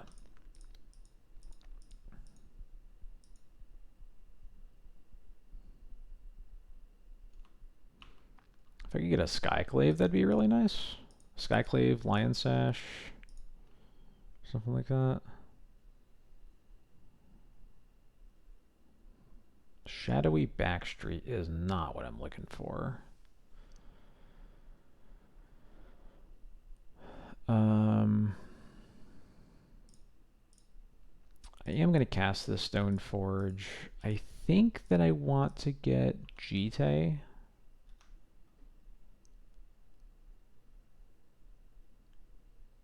Yeah. Yeah, I like Jite here, and then I can Surveil. Don't want lands because my opponent's going to give me all the lands I need. Maybe I was supposed to attack first, because if they choose to block, although I doubt that they would, that would give us the opportunity to, instead of using the Surveil land, I fetch and then can cast Jite through my Thalia and protect it from therapy. But I think they are not going to block because they want this therapy. But if they choose to block, that's also fine with me.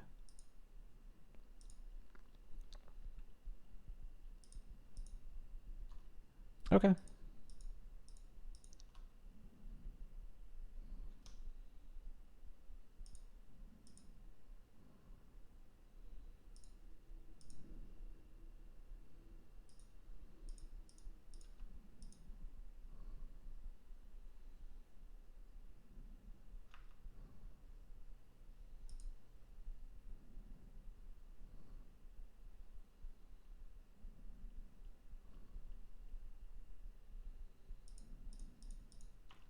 Bowmasters. What you hitting? The mom. Okay.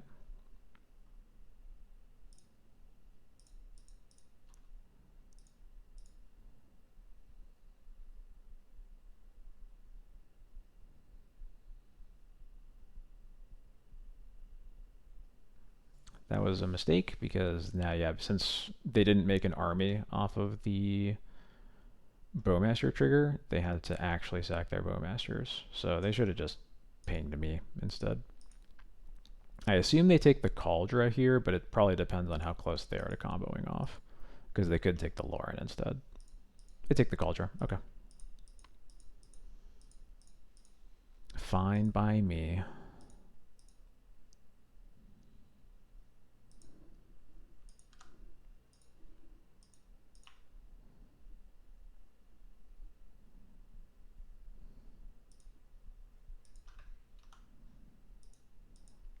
Bowmasters. Yeah, that works. Let's put in Jite. Let's get some counters.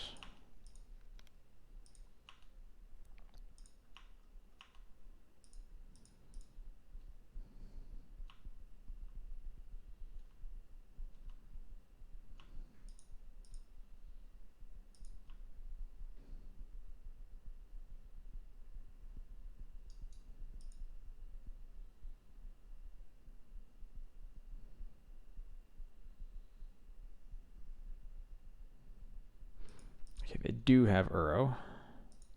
These lists usually do. I was just surprised we hadn't seen it yet.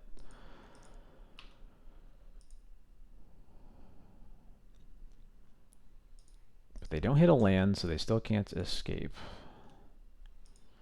I could have Bowmastered there, but I would much rather Surveil right now.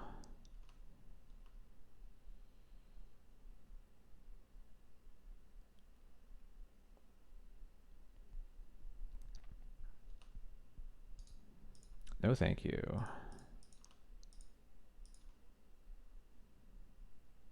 Gross.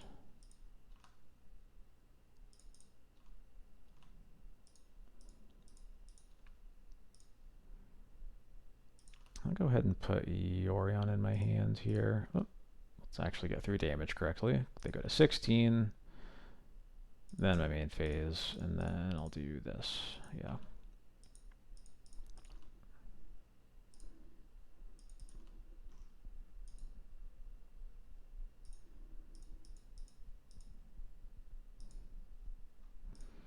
Now I'm going to Bowmaster for pressure. It's going to hit them to 15, 14, 13, 12, 11, 10, 9, 8. That's going to be lethal. Potentially. After this Bowmaster trigger, that should be exact lethal as it is on the board, at least.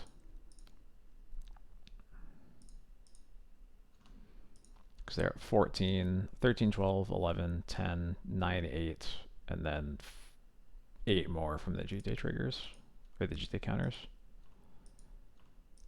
But we'll see what happens when we go to combat. Ooh, that's also really good.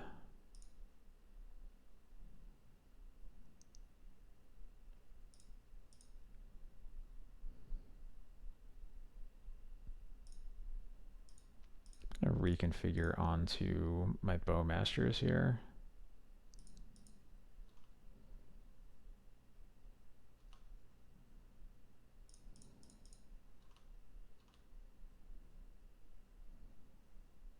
No blocks, so you're dead.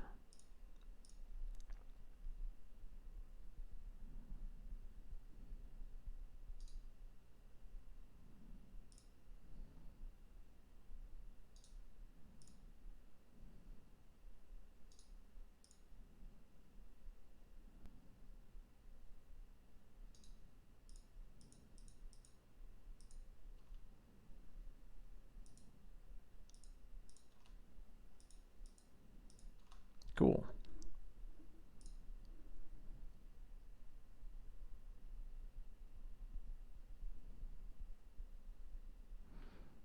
Don't think anything changes. No, it does not.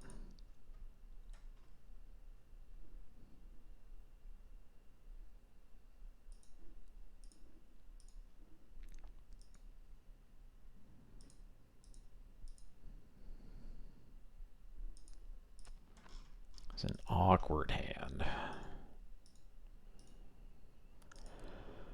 Mom into Bowmasters. This Vanishing Verse gets turned on as soon as we draw like any non-wasteland lands. We don't have to worry about getting wastelanded ourselves. Recruiter is good. Yeah, I think we can keep this. Opponent's also mulling to 6.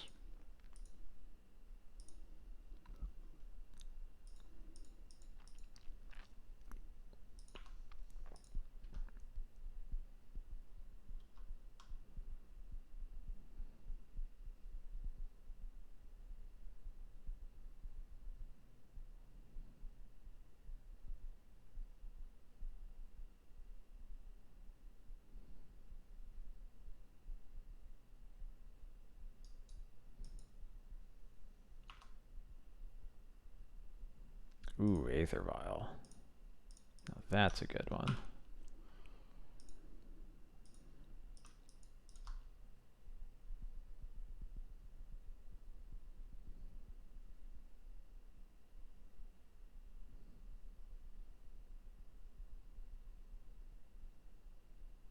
Yeah, I'm thinking this is probably going to be Therapy, and then next turn they'll go Explorer Therapy, probably.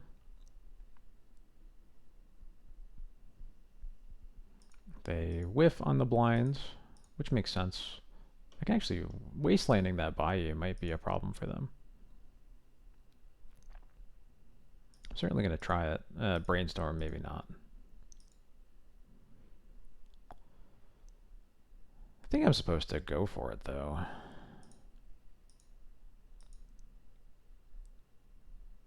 That is definitely like a bad quote-unquote brainstorm, so... Yeah. Let's see what happened.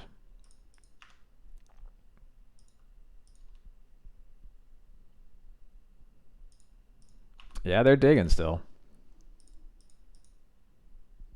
And 2 of those 3 cards were not the land they were looking for, so they had to shuffle. Oh, yeah, okay. Let's go.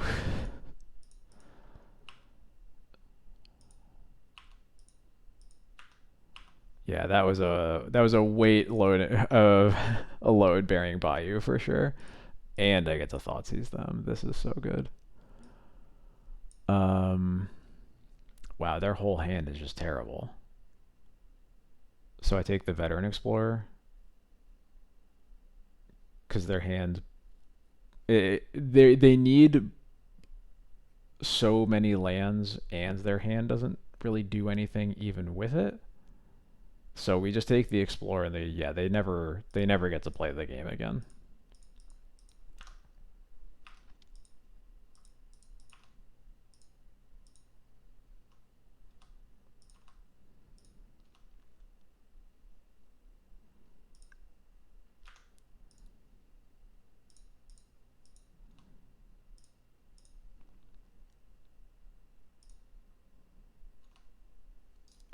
I would love Stoneforge on top of my library, thank you.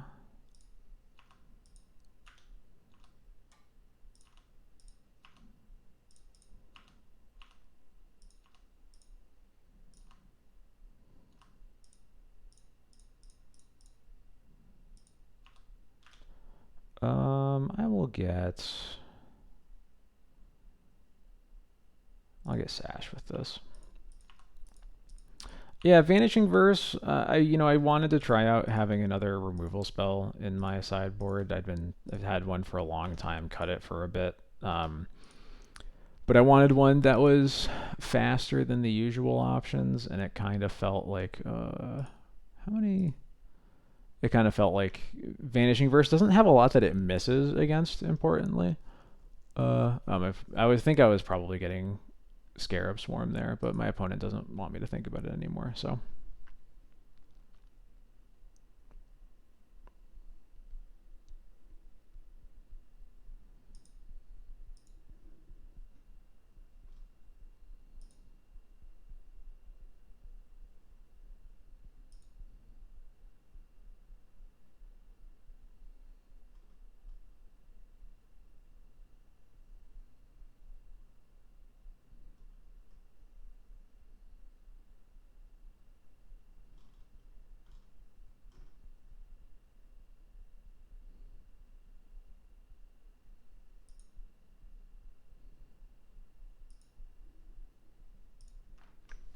Man, I love Thoughtseize.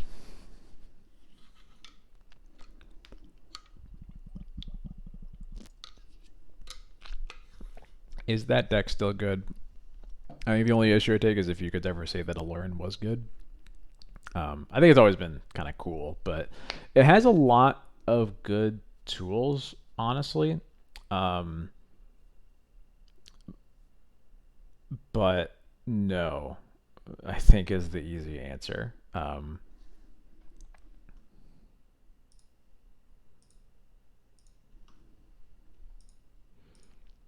Sand is pretty sick. Just don't wasteland me.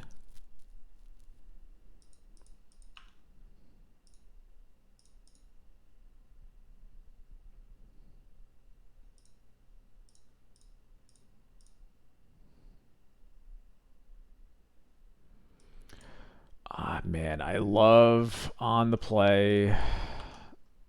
Thoughtseize lands take their exploration.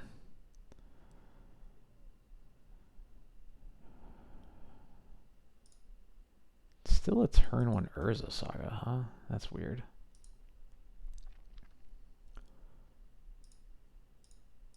I am going to Stoneforge for a sash right away. Please let me draw some lands, though, please. Thank you.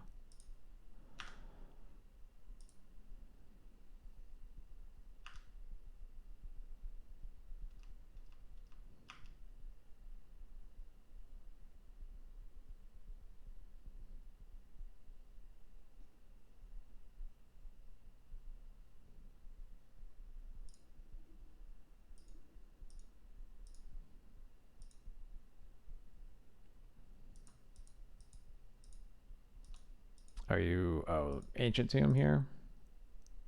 Is that the deal? Grove. That's not an Ancient Tomb at all. Punishing Fire. Got it. Lands? Literally any lands? Damn it.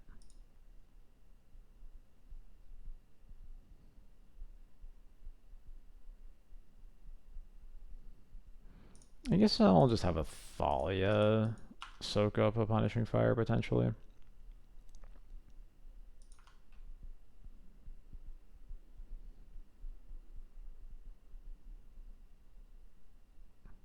Thalia also importantly means that, yeah, if they're getting a Mox Diamond here, they can't... I guess they already couldn't Punishing Fire and Loam.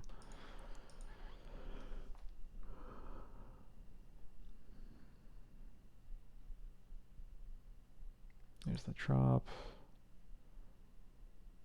Is this Loam for... No, they're Punishing Fire. Okay, cool.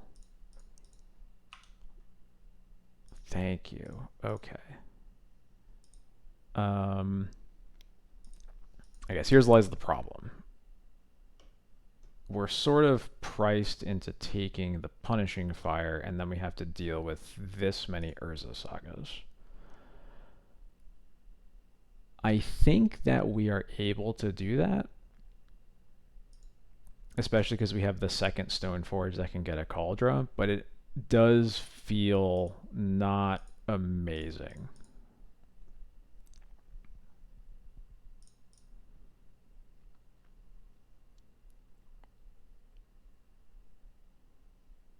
Yeah. This is going to be very much hashed. And you know what? I'm just going to put it in now. This is a Formalware moment for sure, because we would definitely be able to just let them have a Punishing Fire if we could if this Stoneforge could get a Formalware to bring this Ash back after they Punishing Fire it.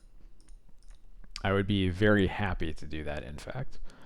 But we do not get that option. Okay, so they have Forest, Saga, Saga, and I assume it's going to be Forest and Saga. Yep, cool.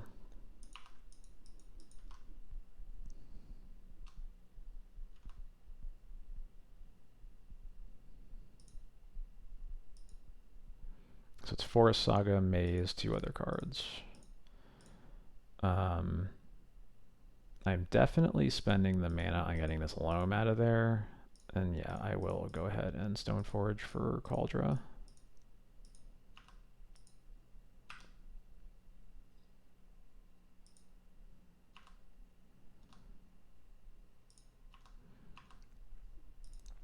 keep this Sash mana up just in case.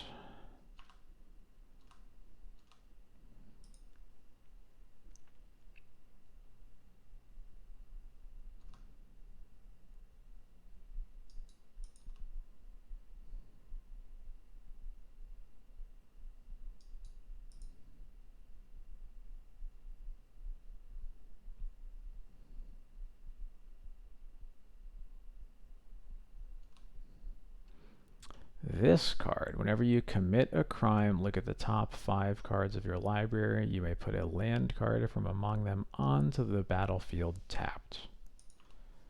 Interesting.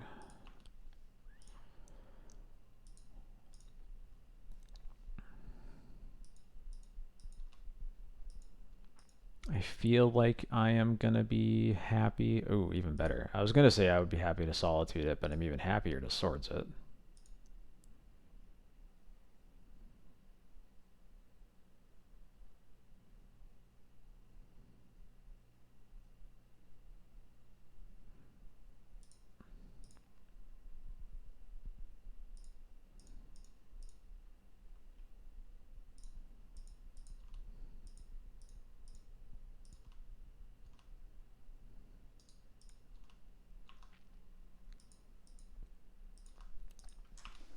Yeah, Maze of Ith Crime Generator. Yeah.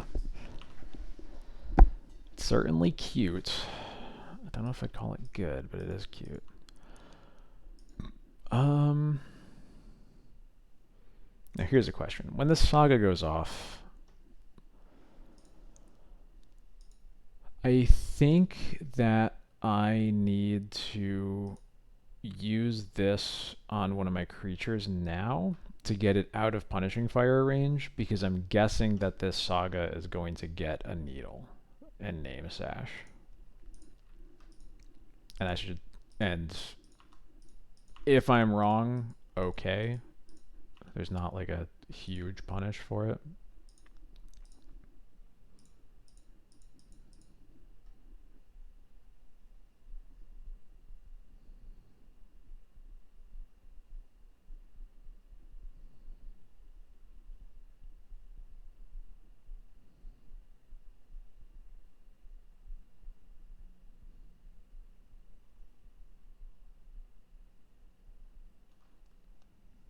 Rotating Saga for Blast Zone. Trying to Blast Zone the Sash.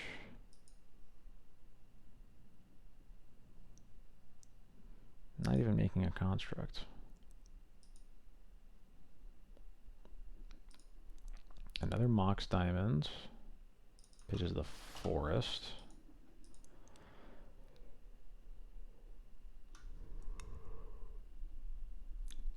Yeah, Blast Zone goes up to 2. What? That's...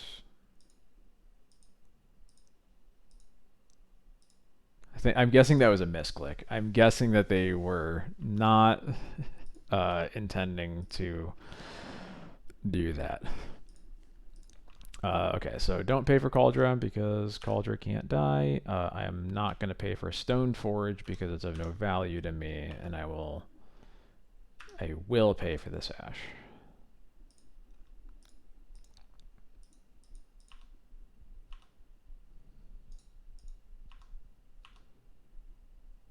So their hand is Saga plus 1 other card.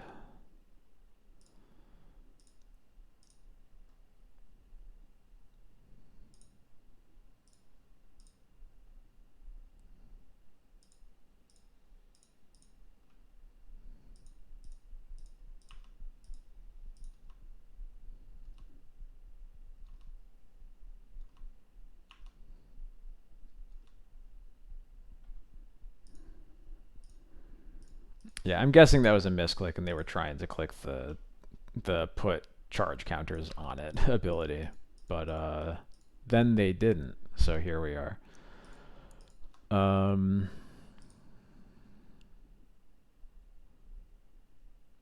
think I can Surveil here.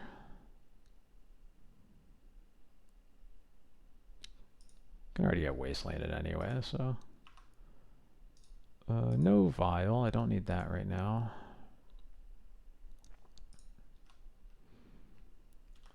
Don't pay for the cauldron. Do pay for the sash.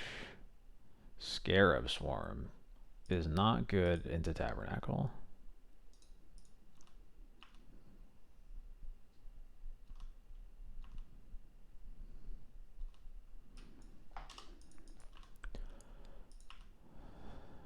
So we are just chilling.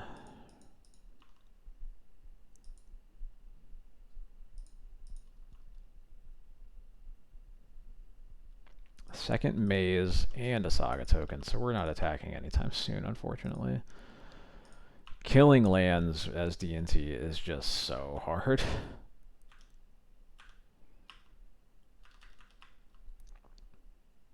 There we go. Okay. Yeah, getting rid of this tabernacle makes so many things easier. Even if we can't, like, kill them right now because of the double maze, the lack of tabernacle means we can, like, cast the Scarab Swarm, make a huge board. Things get a lot simpler.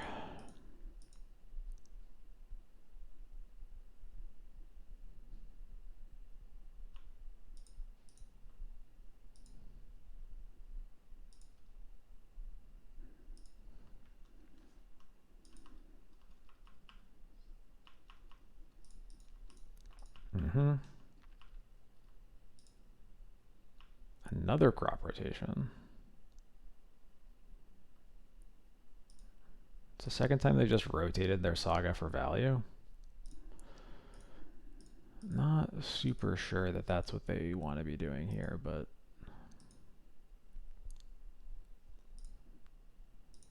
there is that the fourth saga? No, it's the third. 1, 2, 3. Yeah, okay. Oh, this was another. Okay, they get Shadow Spear. Maybe they don't have Needle main deck then.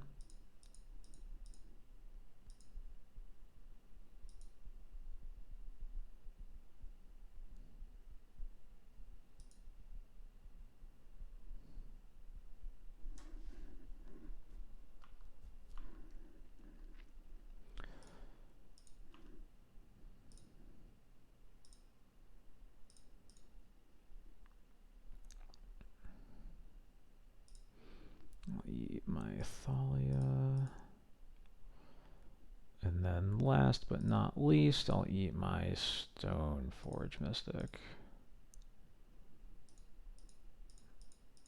If I could draw another Wasteland here, that would be cool. But I don't need to. Plains is fine. If I attack with both, I just get double mazed. I should do this.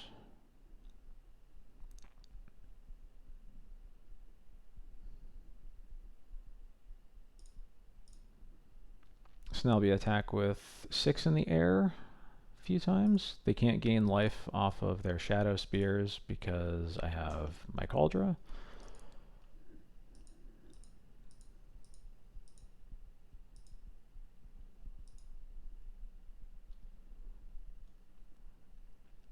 You can make a bunch of Saga constructs, but that's not gonna win you this game in time.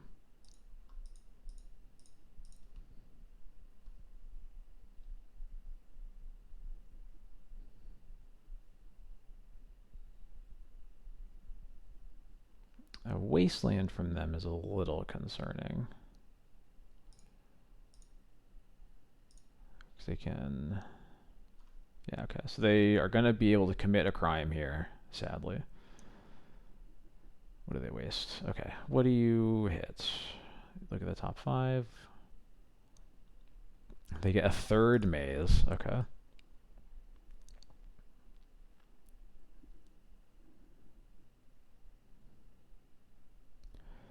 It sure is a lot of crimes with maze. Yeah, I'm just going to eat their Wasteland now.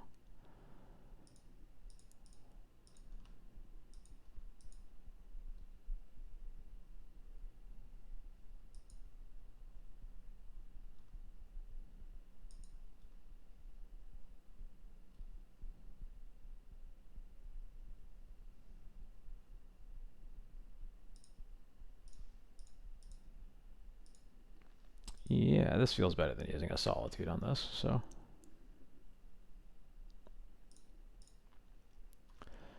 Get that out of the way. I'll attack for 6 in the air. I guess I'm supposed to attack with at least the Sash, right? Because I don't want to attack with Cauldra because it Cauldra holding Cauldra back means that there's no way that they can gain life with Shadow Spear.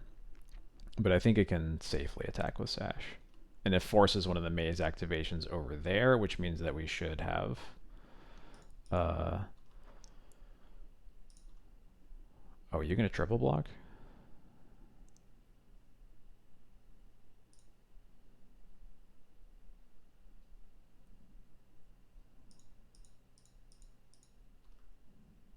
Sure.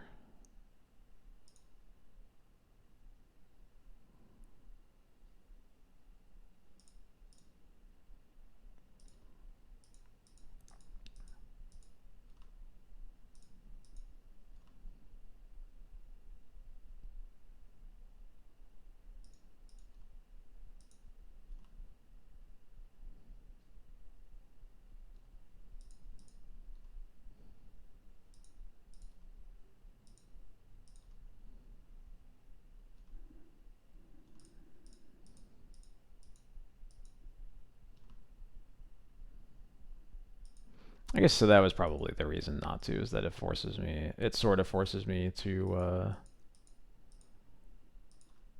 Solitude there, which means that they aren't dead to my flyers. Yeah.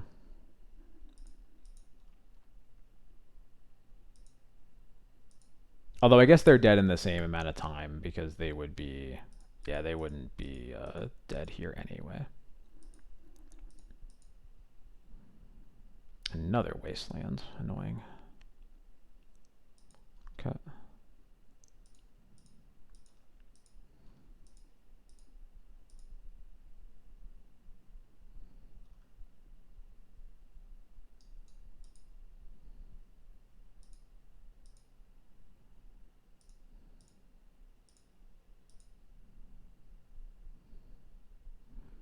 I do like how that made every counter on this Sash matter. So that was cool.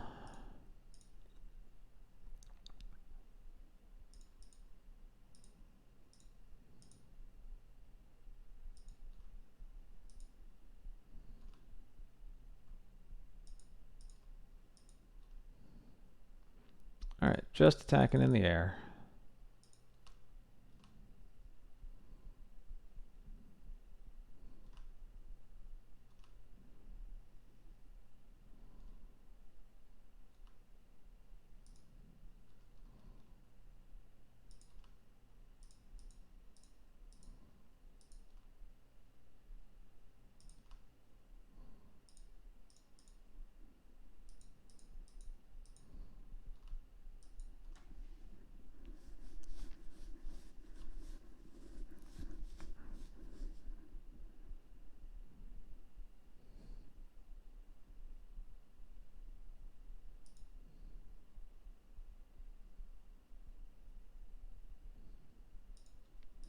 Okay.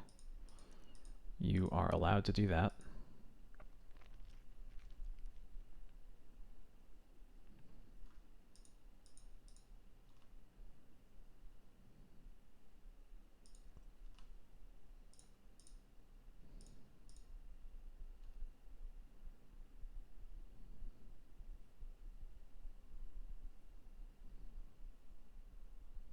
Mm-hmm.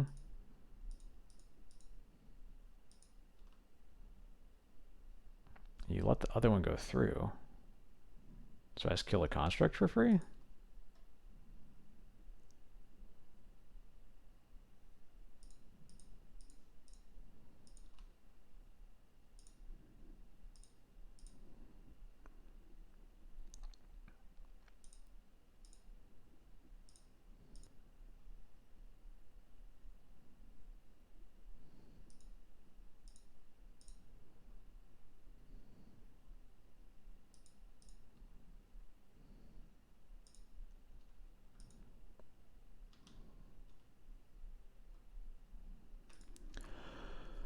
Okay.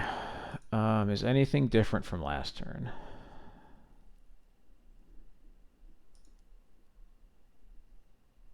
I don't think so.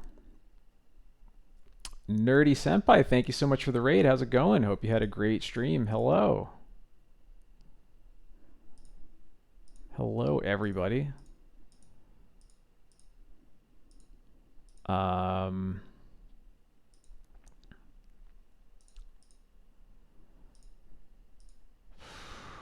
okay. I think I'm still just attacking with flyers. I don't think anything changed really here. Yeah. What? Why isn't this attacking? Okay. Is that going to change? Does not change the math, I don't think, because they're still going to 4. It should be going to 3, though. I don't know why. Yeah, why did the little guy not want to attack? I don't understand.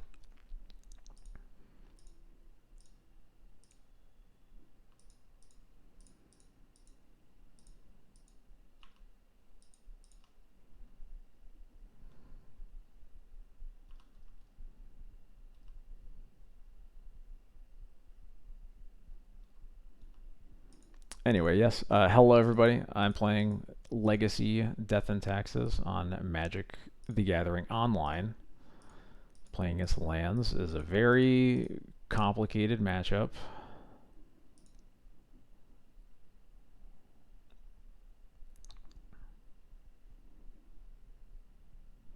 Could I have swung with the germ? Uh,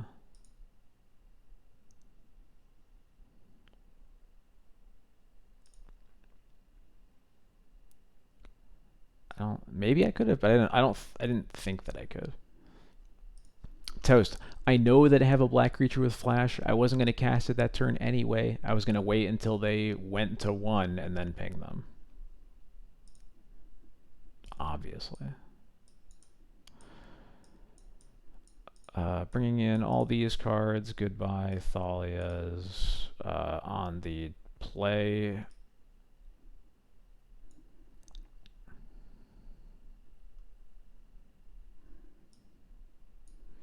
Yeah, they block, take no damage. Yeah, exactly. Like, I can't really attack with Cauldra ever because I need to make sure they don't gain life from Shadow Spear.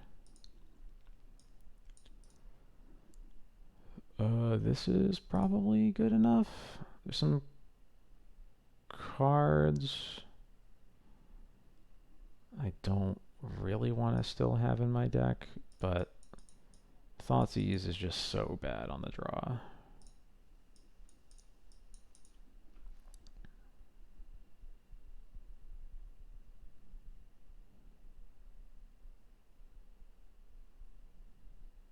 Yeah, this will do it.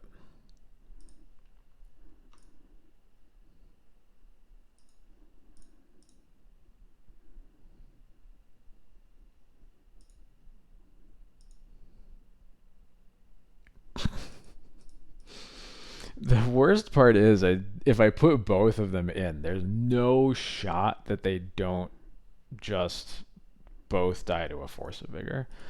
Oh, right, they are Punishing Fire. I forgot because it's been so long since I played against Punishing Fire lands that I like literally forgot that we saw Punishing Fire. The other problem is these Bowmasters are both really not good in this matchup, so I'm not sure that we're actually supposed to keep this.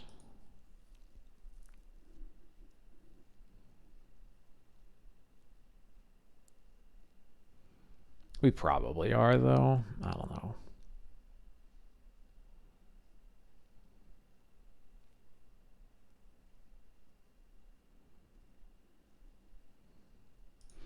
Yeah, we'll try. I'm definitely only putting in 1 Leyline, though. They don't really have any cards that only answer 1 artifact or enchantment, so. Oh yeah, sorry, Beseiju is the one. That, yeah, right. That card. And Might, okay, I was wrong. But I think Force of Vigor is the more likely card, I think.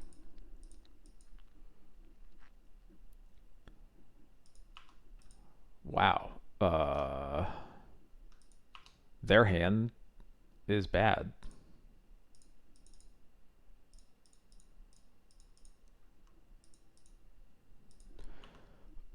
Yeah, no, might does probably change the math, yeah. Um, well, I'm only one land away from casting it. I'm definitely getting called right here.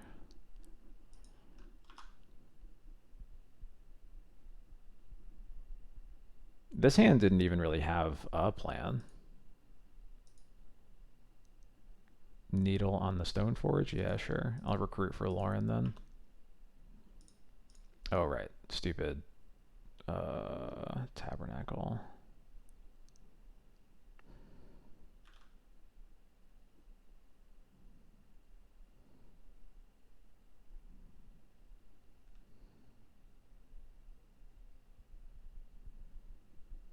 Do I want to pay for Stoneforge here?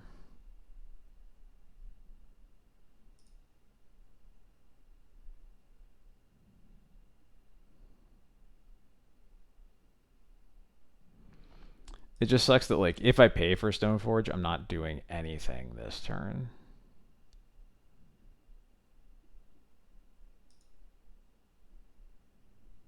Well, the thing, if I'm paying for a Stoneforge now, I am basically committing to paying for this Stoneforge every turn until I draw the fourth land so that I can cast Recruiter and then cast Lauren. Which then begs the question: what do I do if that doesn't happen? If this if this card I'm about to draw isn't a land, then paying for Stoneforge feels really bad. So I think I, for now, am going to abandon the Stoneforge plan. My alternate plan is I just get to recruit for Aloran, and that's also still putting a clock in play.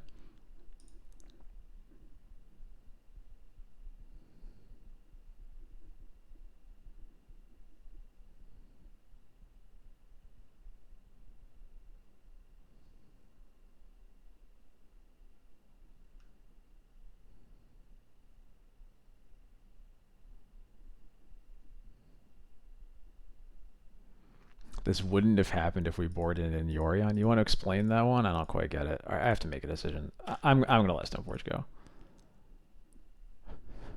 Okay, that's actually really funny.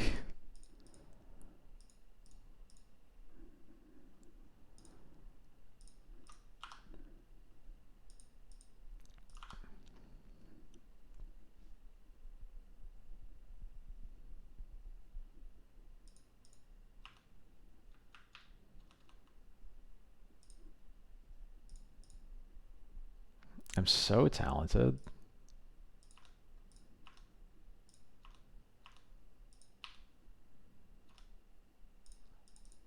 See, it was all according to plan because now we just get to recruit for the second Stoneforge.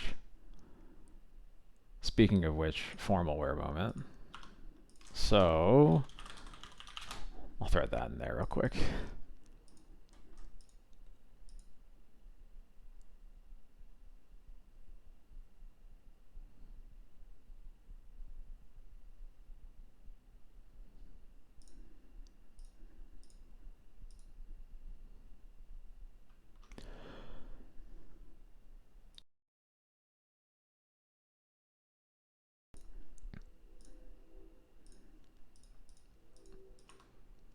Crop rotation for... Like I say, it feels like it's got to be Urza Saga. Oh, especially because it's in their draw step. Yeah, okay. Can I get a...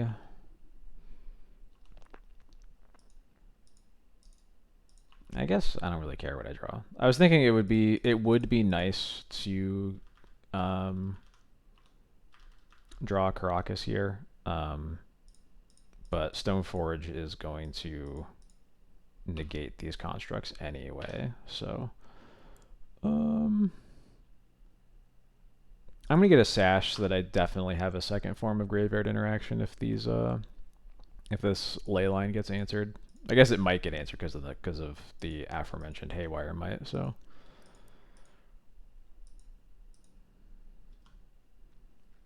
Although notably, they need to draw a land in order to make a construct and activate Might this turn.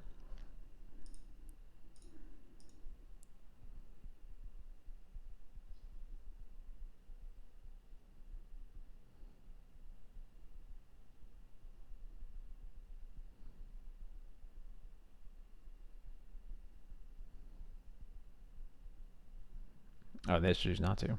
Okay. Mapping for another saga, maybe? Oh.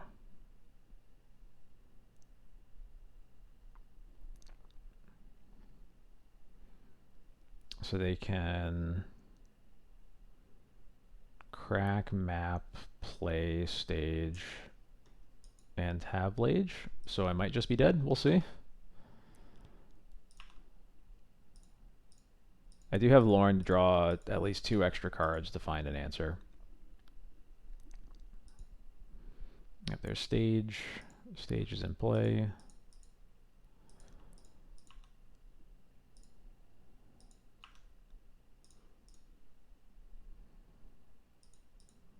Okay, don't need the 3rd Bowmaster. Okay, there we go. Oh, fuck. I meant to activate this Stoneforge. So now I have to pay for it. That was dumb.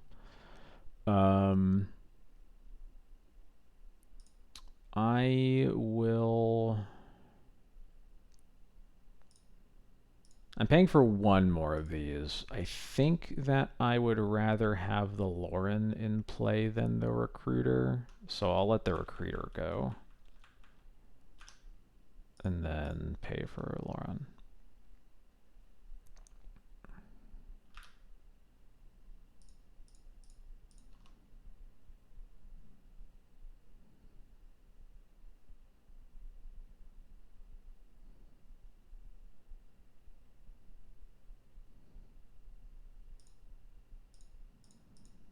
Yeah, so we should have an extra white mana here. I wouldn't mind casting a Mom here, honestly.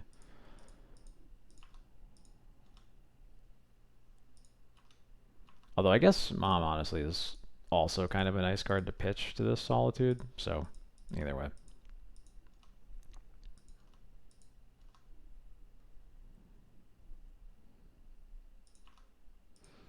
Alright, my opponent is at 33, but at least they still haven't answered this ley line.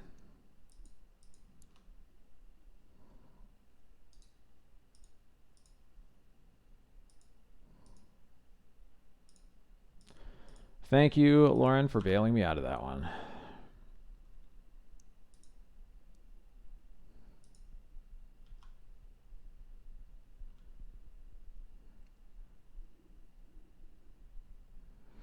I kind of have to win this game too, because I have not really given myself enough time to win a game 3.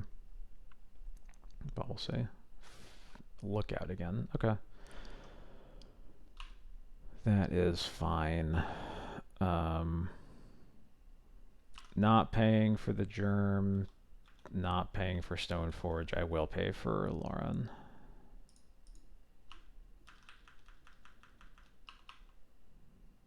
I would really like to draw more lands, please. Vanishing Verse. I don't think that changes anything because I would rather have the extra creature in play.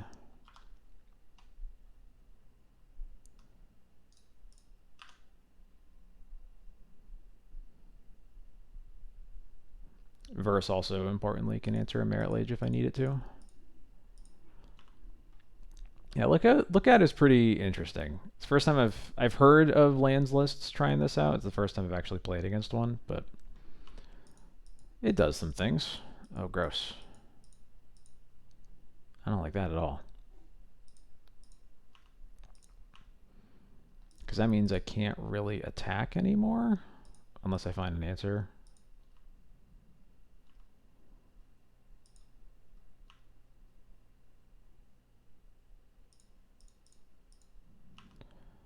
I'm going to pay for the Skyclave. I am not paying for the Germ. I am paying for Lauren. More lands is great. I at least get to attack with Lauren, Good old vigilance. I probably should have attacked with Skyclave too.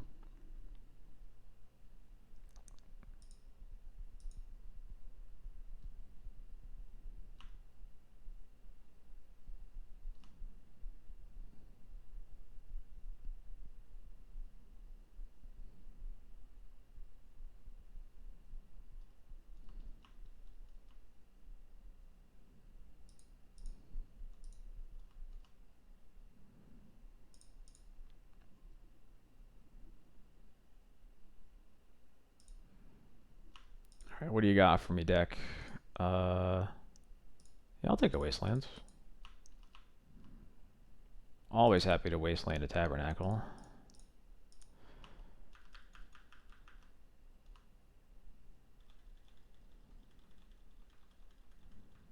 Also saves me so much clock.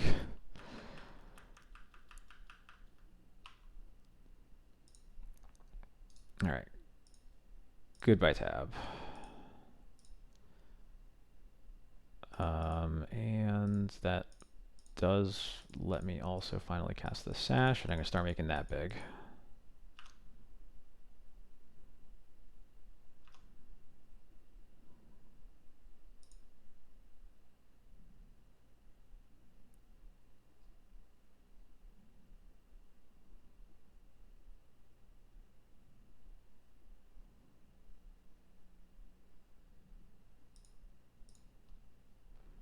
Oh no. No, don't. Don't do it. Don't do it. Don't kill Cauldron. No. That sucks.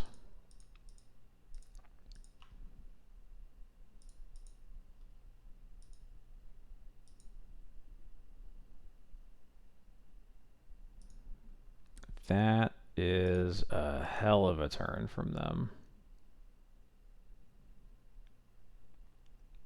Yeah. Okay. Well.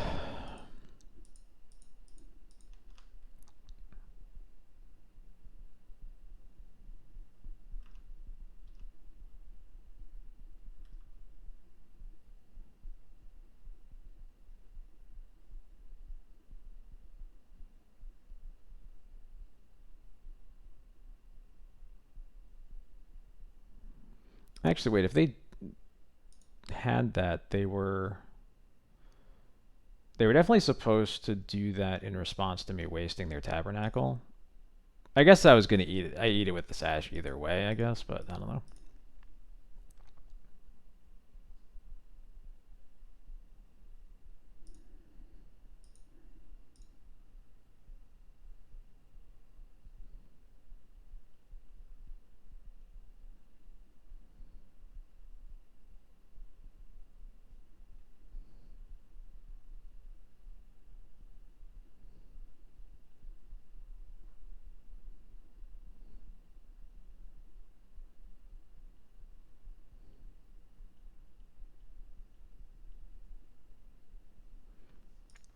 It is pretty important here that they are a little strapped for red mana. They only have the Grove.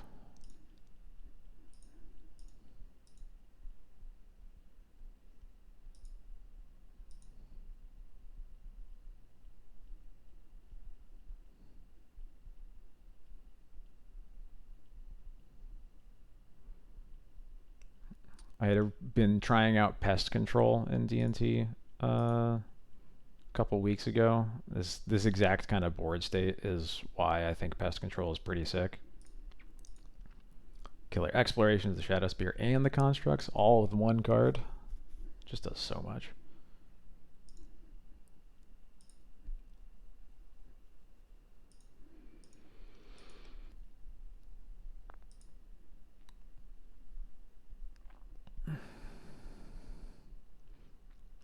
I have the opportunity this next turn to Bowmaster the Construct, activate Lauren to kill it, or Bowmaster it twice. I'm not sure that that is right over casting this Leyline, but they are going to get at least one more use out of this Punishing Fire, even if I cast the Leyline. So there they go.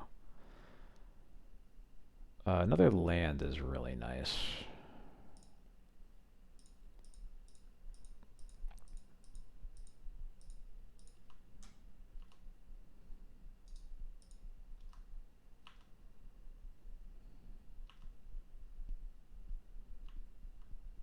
Because now I can triple Bowmaster. Yeah, I think triple Bowmaster activate Lauren is like too good to pass up, honestly.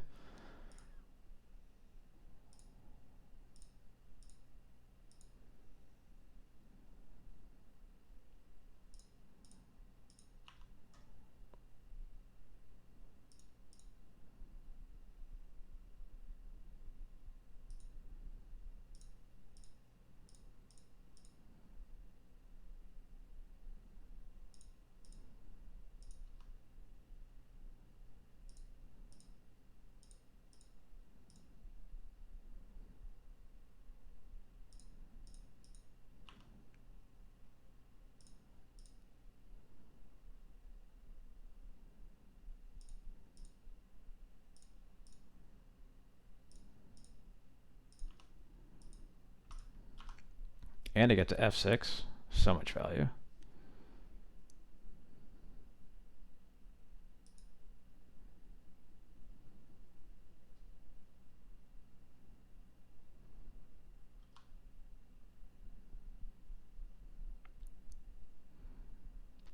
This also forces them to kill Lauren now. They cannot afford to let me untap and make us both draw a card again.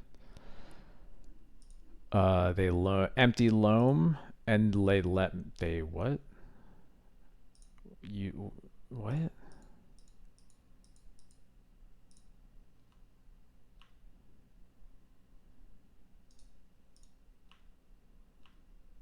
That can't be right.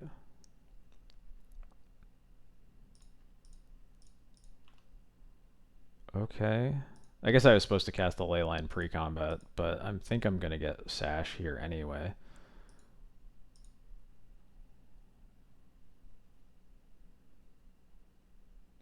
Yeah, I'm sorry, opponent. This was not right. Oh, they get to dredge loam. I forgot about that part. Uh,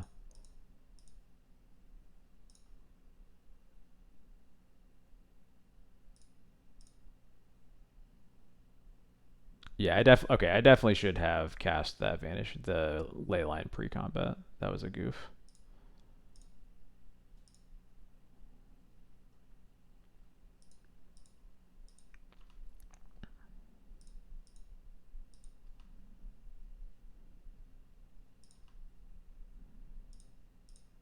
But I will cast it now because now is better than never.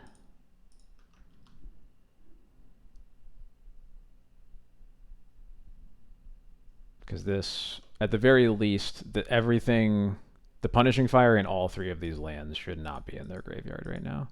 Oh, they've another Force of Vigor, so they would have all been in there anyway. Never mind. But they had to pitch their loam, which is pretty important.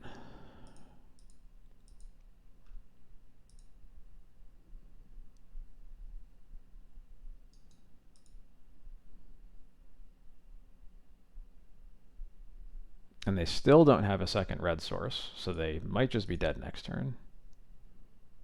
Oh, right, they have the Crucible. That's why they don't need the loam. I forgot about that. So they can bounce my Lauren, but I would also be happy with that. This also gets them another red source, so they can now buy back loam, cast it on Lauren, maze my...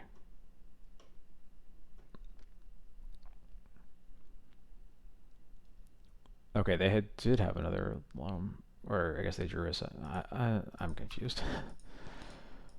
Whatever.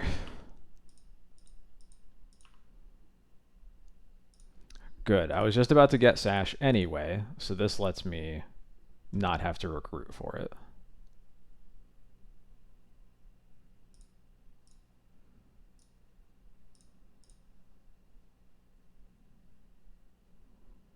So now the Lauren is actually going to be a draw. And now I also get to eat this Punishing Fire, because they didn't eat that. They should have done this all before I had priority, but... Kozilek's Return.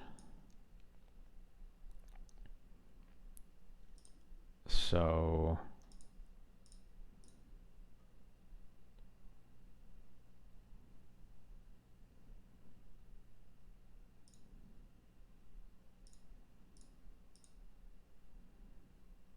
this. Okay, so now if I activate Lauren, they would get to dredge. So yeah, I just eat loam again. I guess I was supposed to do this with before they could bounce my Lauren. So I should have done this differently, but I think it looks like we're still gonna get there.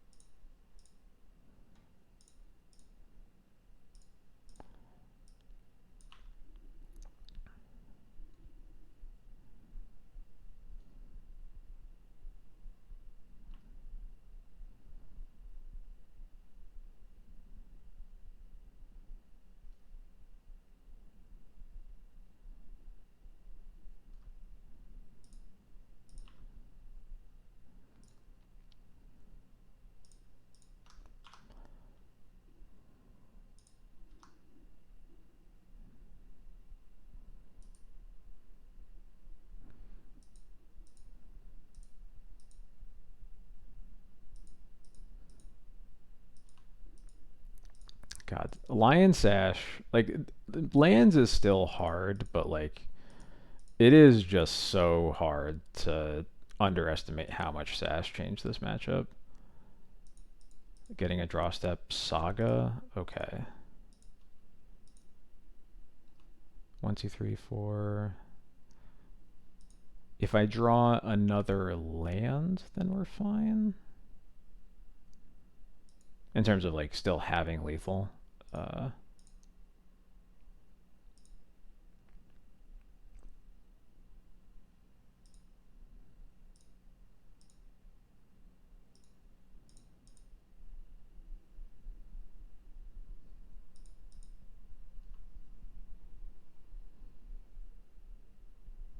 And Heath, yeah, sure.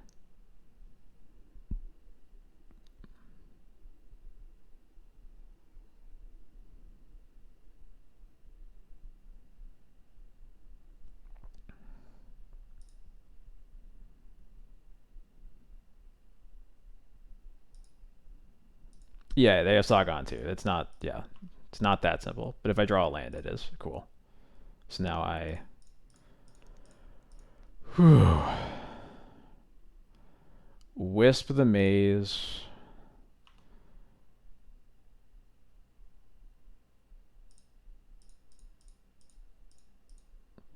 Recruit for either a Wisp or a Lauren. I don't remember which I have. I think I have both in my deck still. Yeah, cool.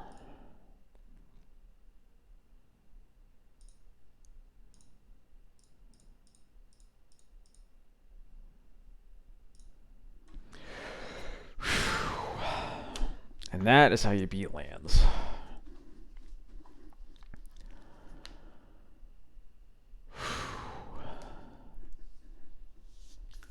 I've played that. I've played that matchup way too much. Yeah, that would have been the funniest way for switching to 2 surveil lands to punish us, but thankfully it did not. And lately I feel like my body is a machine that turns 100 play points into 100 play points, 1 QP and 1 chest. Literally just 3-2 after 3-2, but at least I'm breaking even, I guess.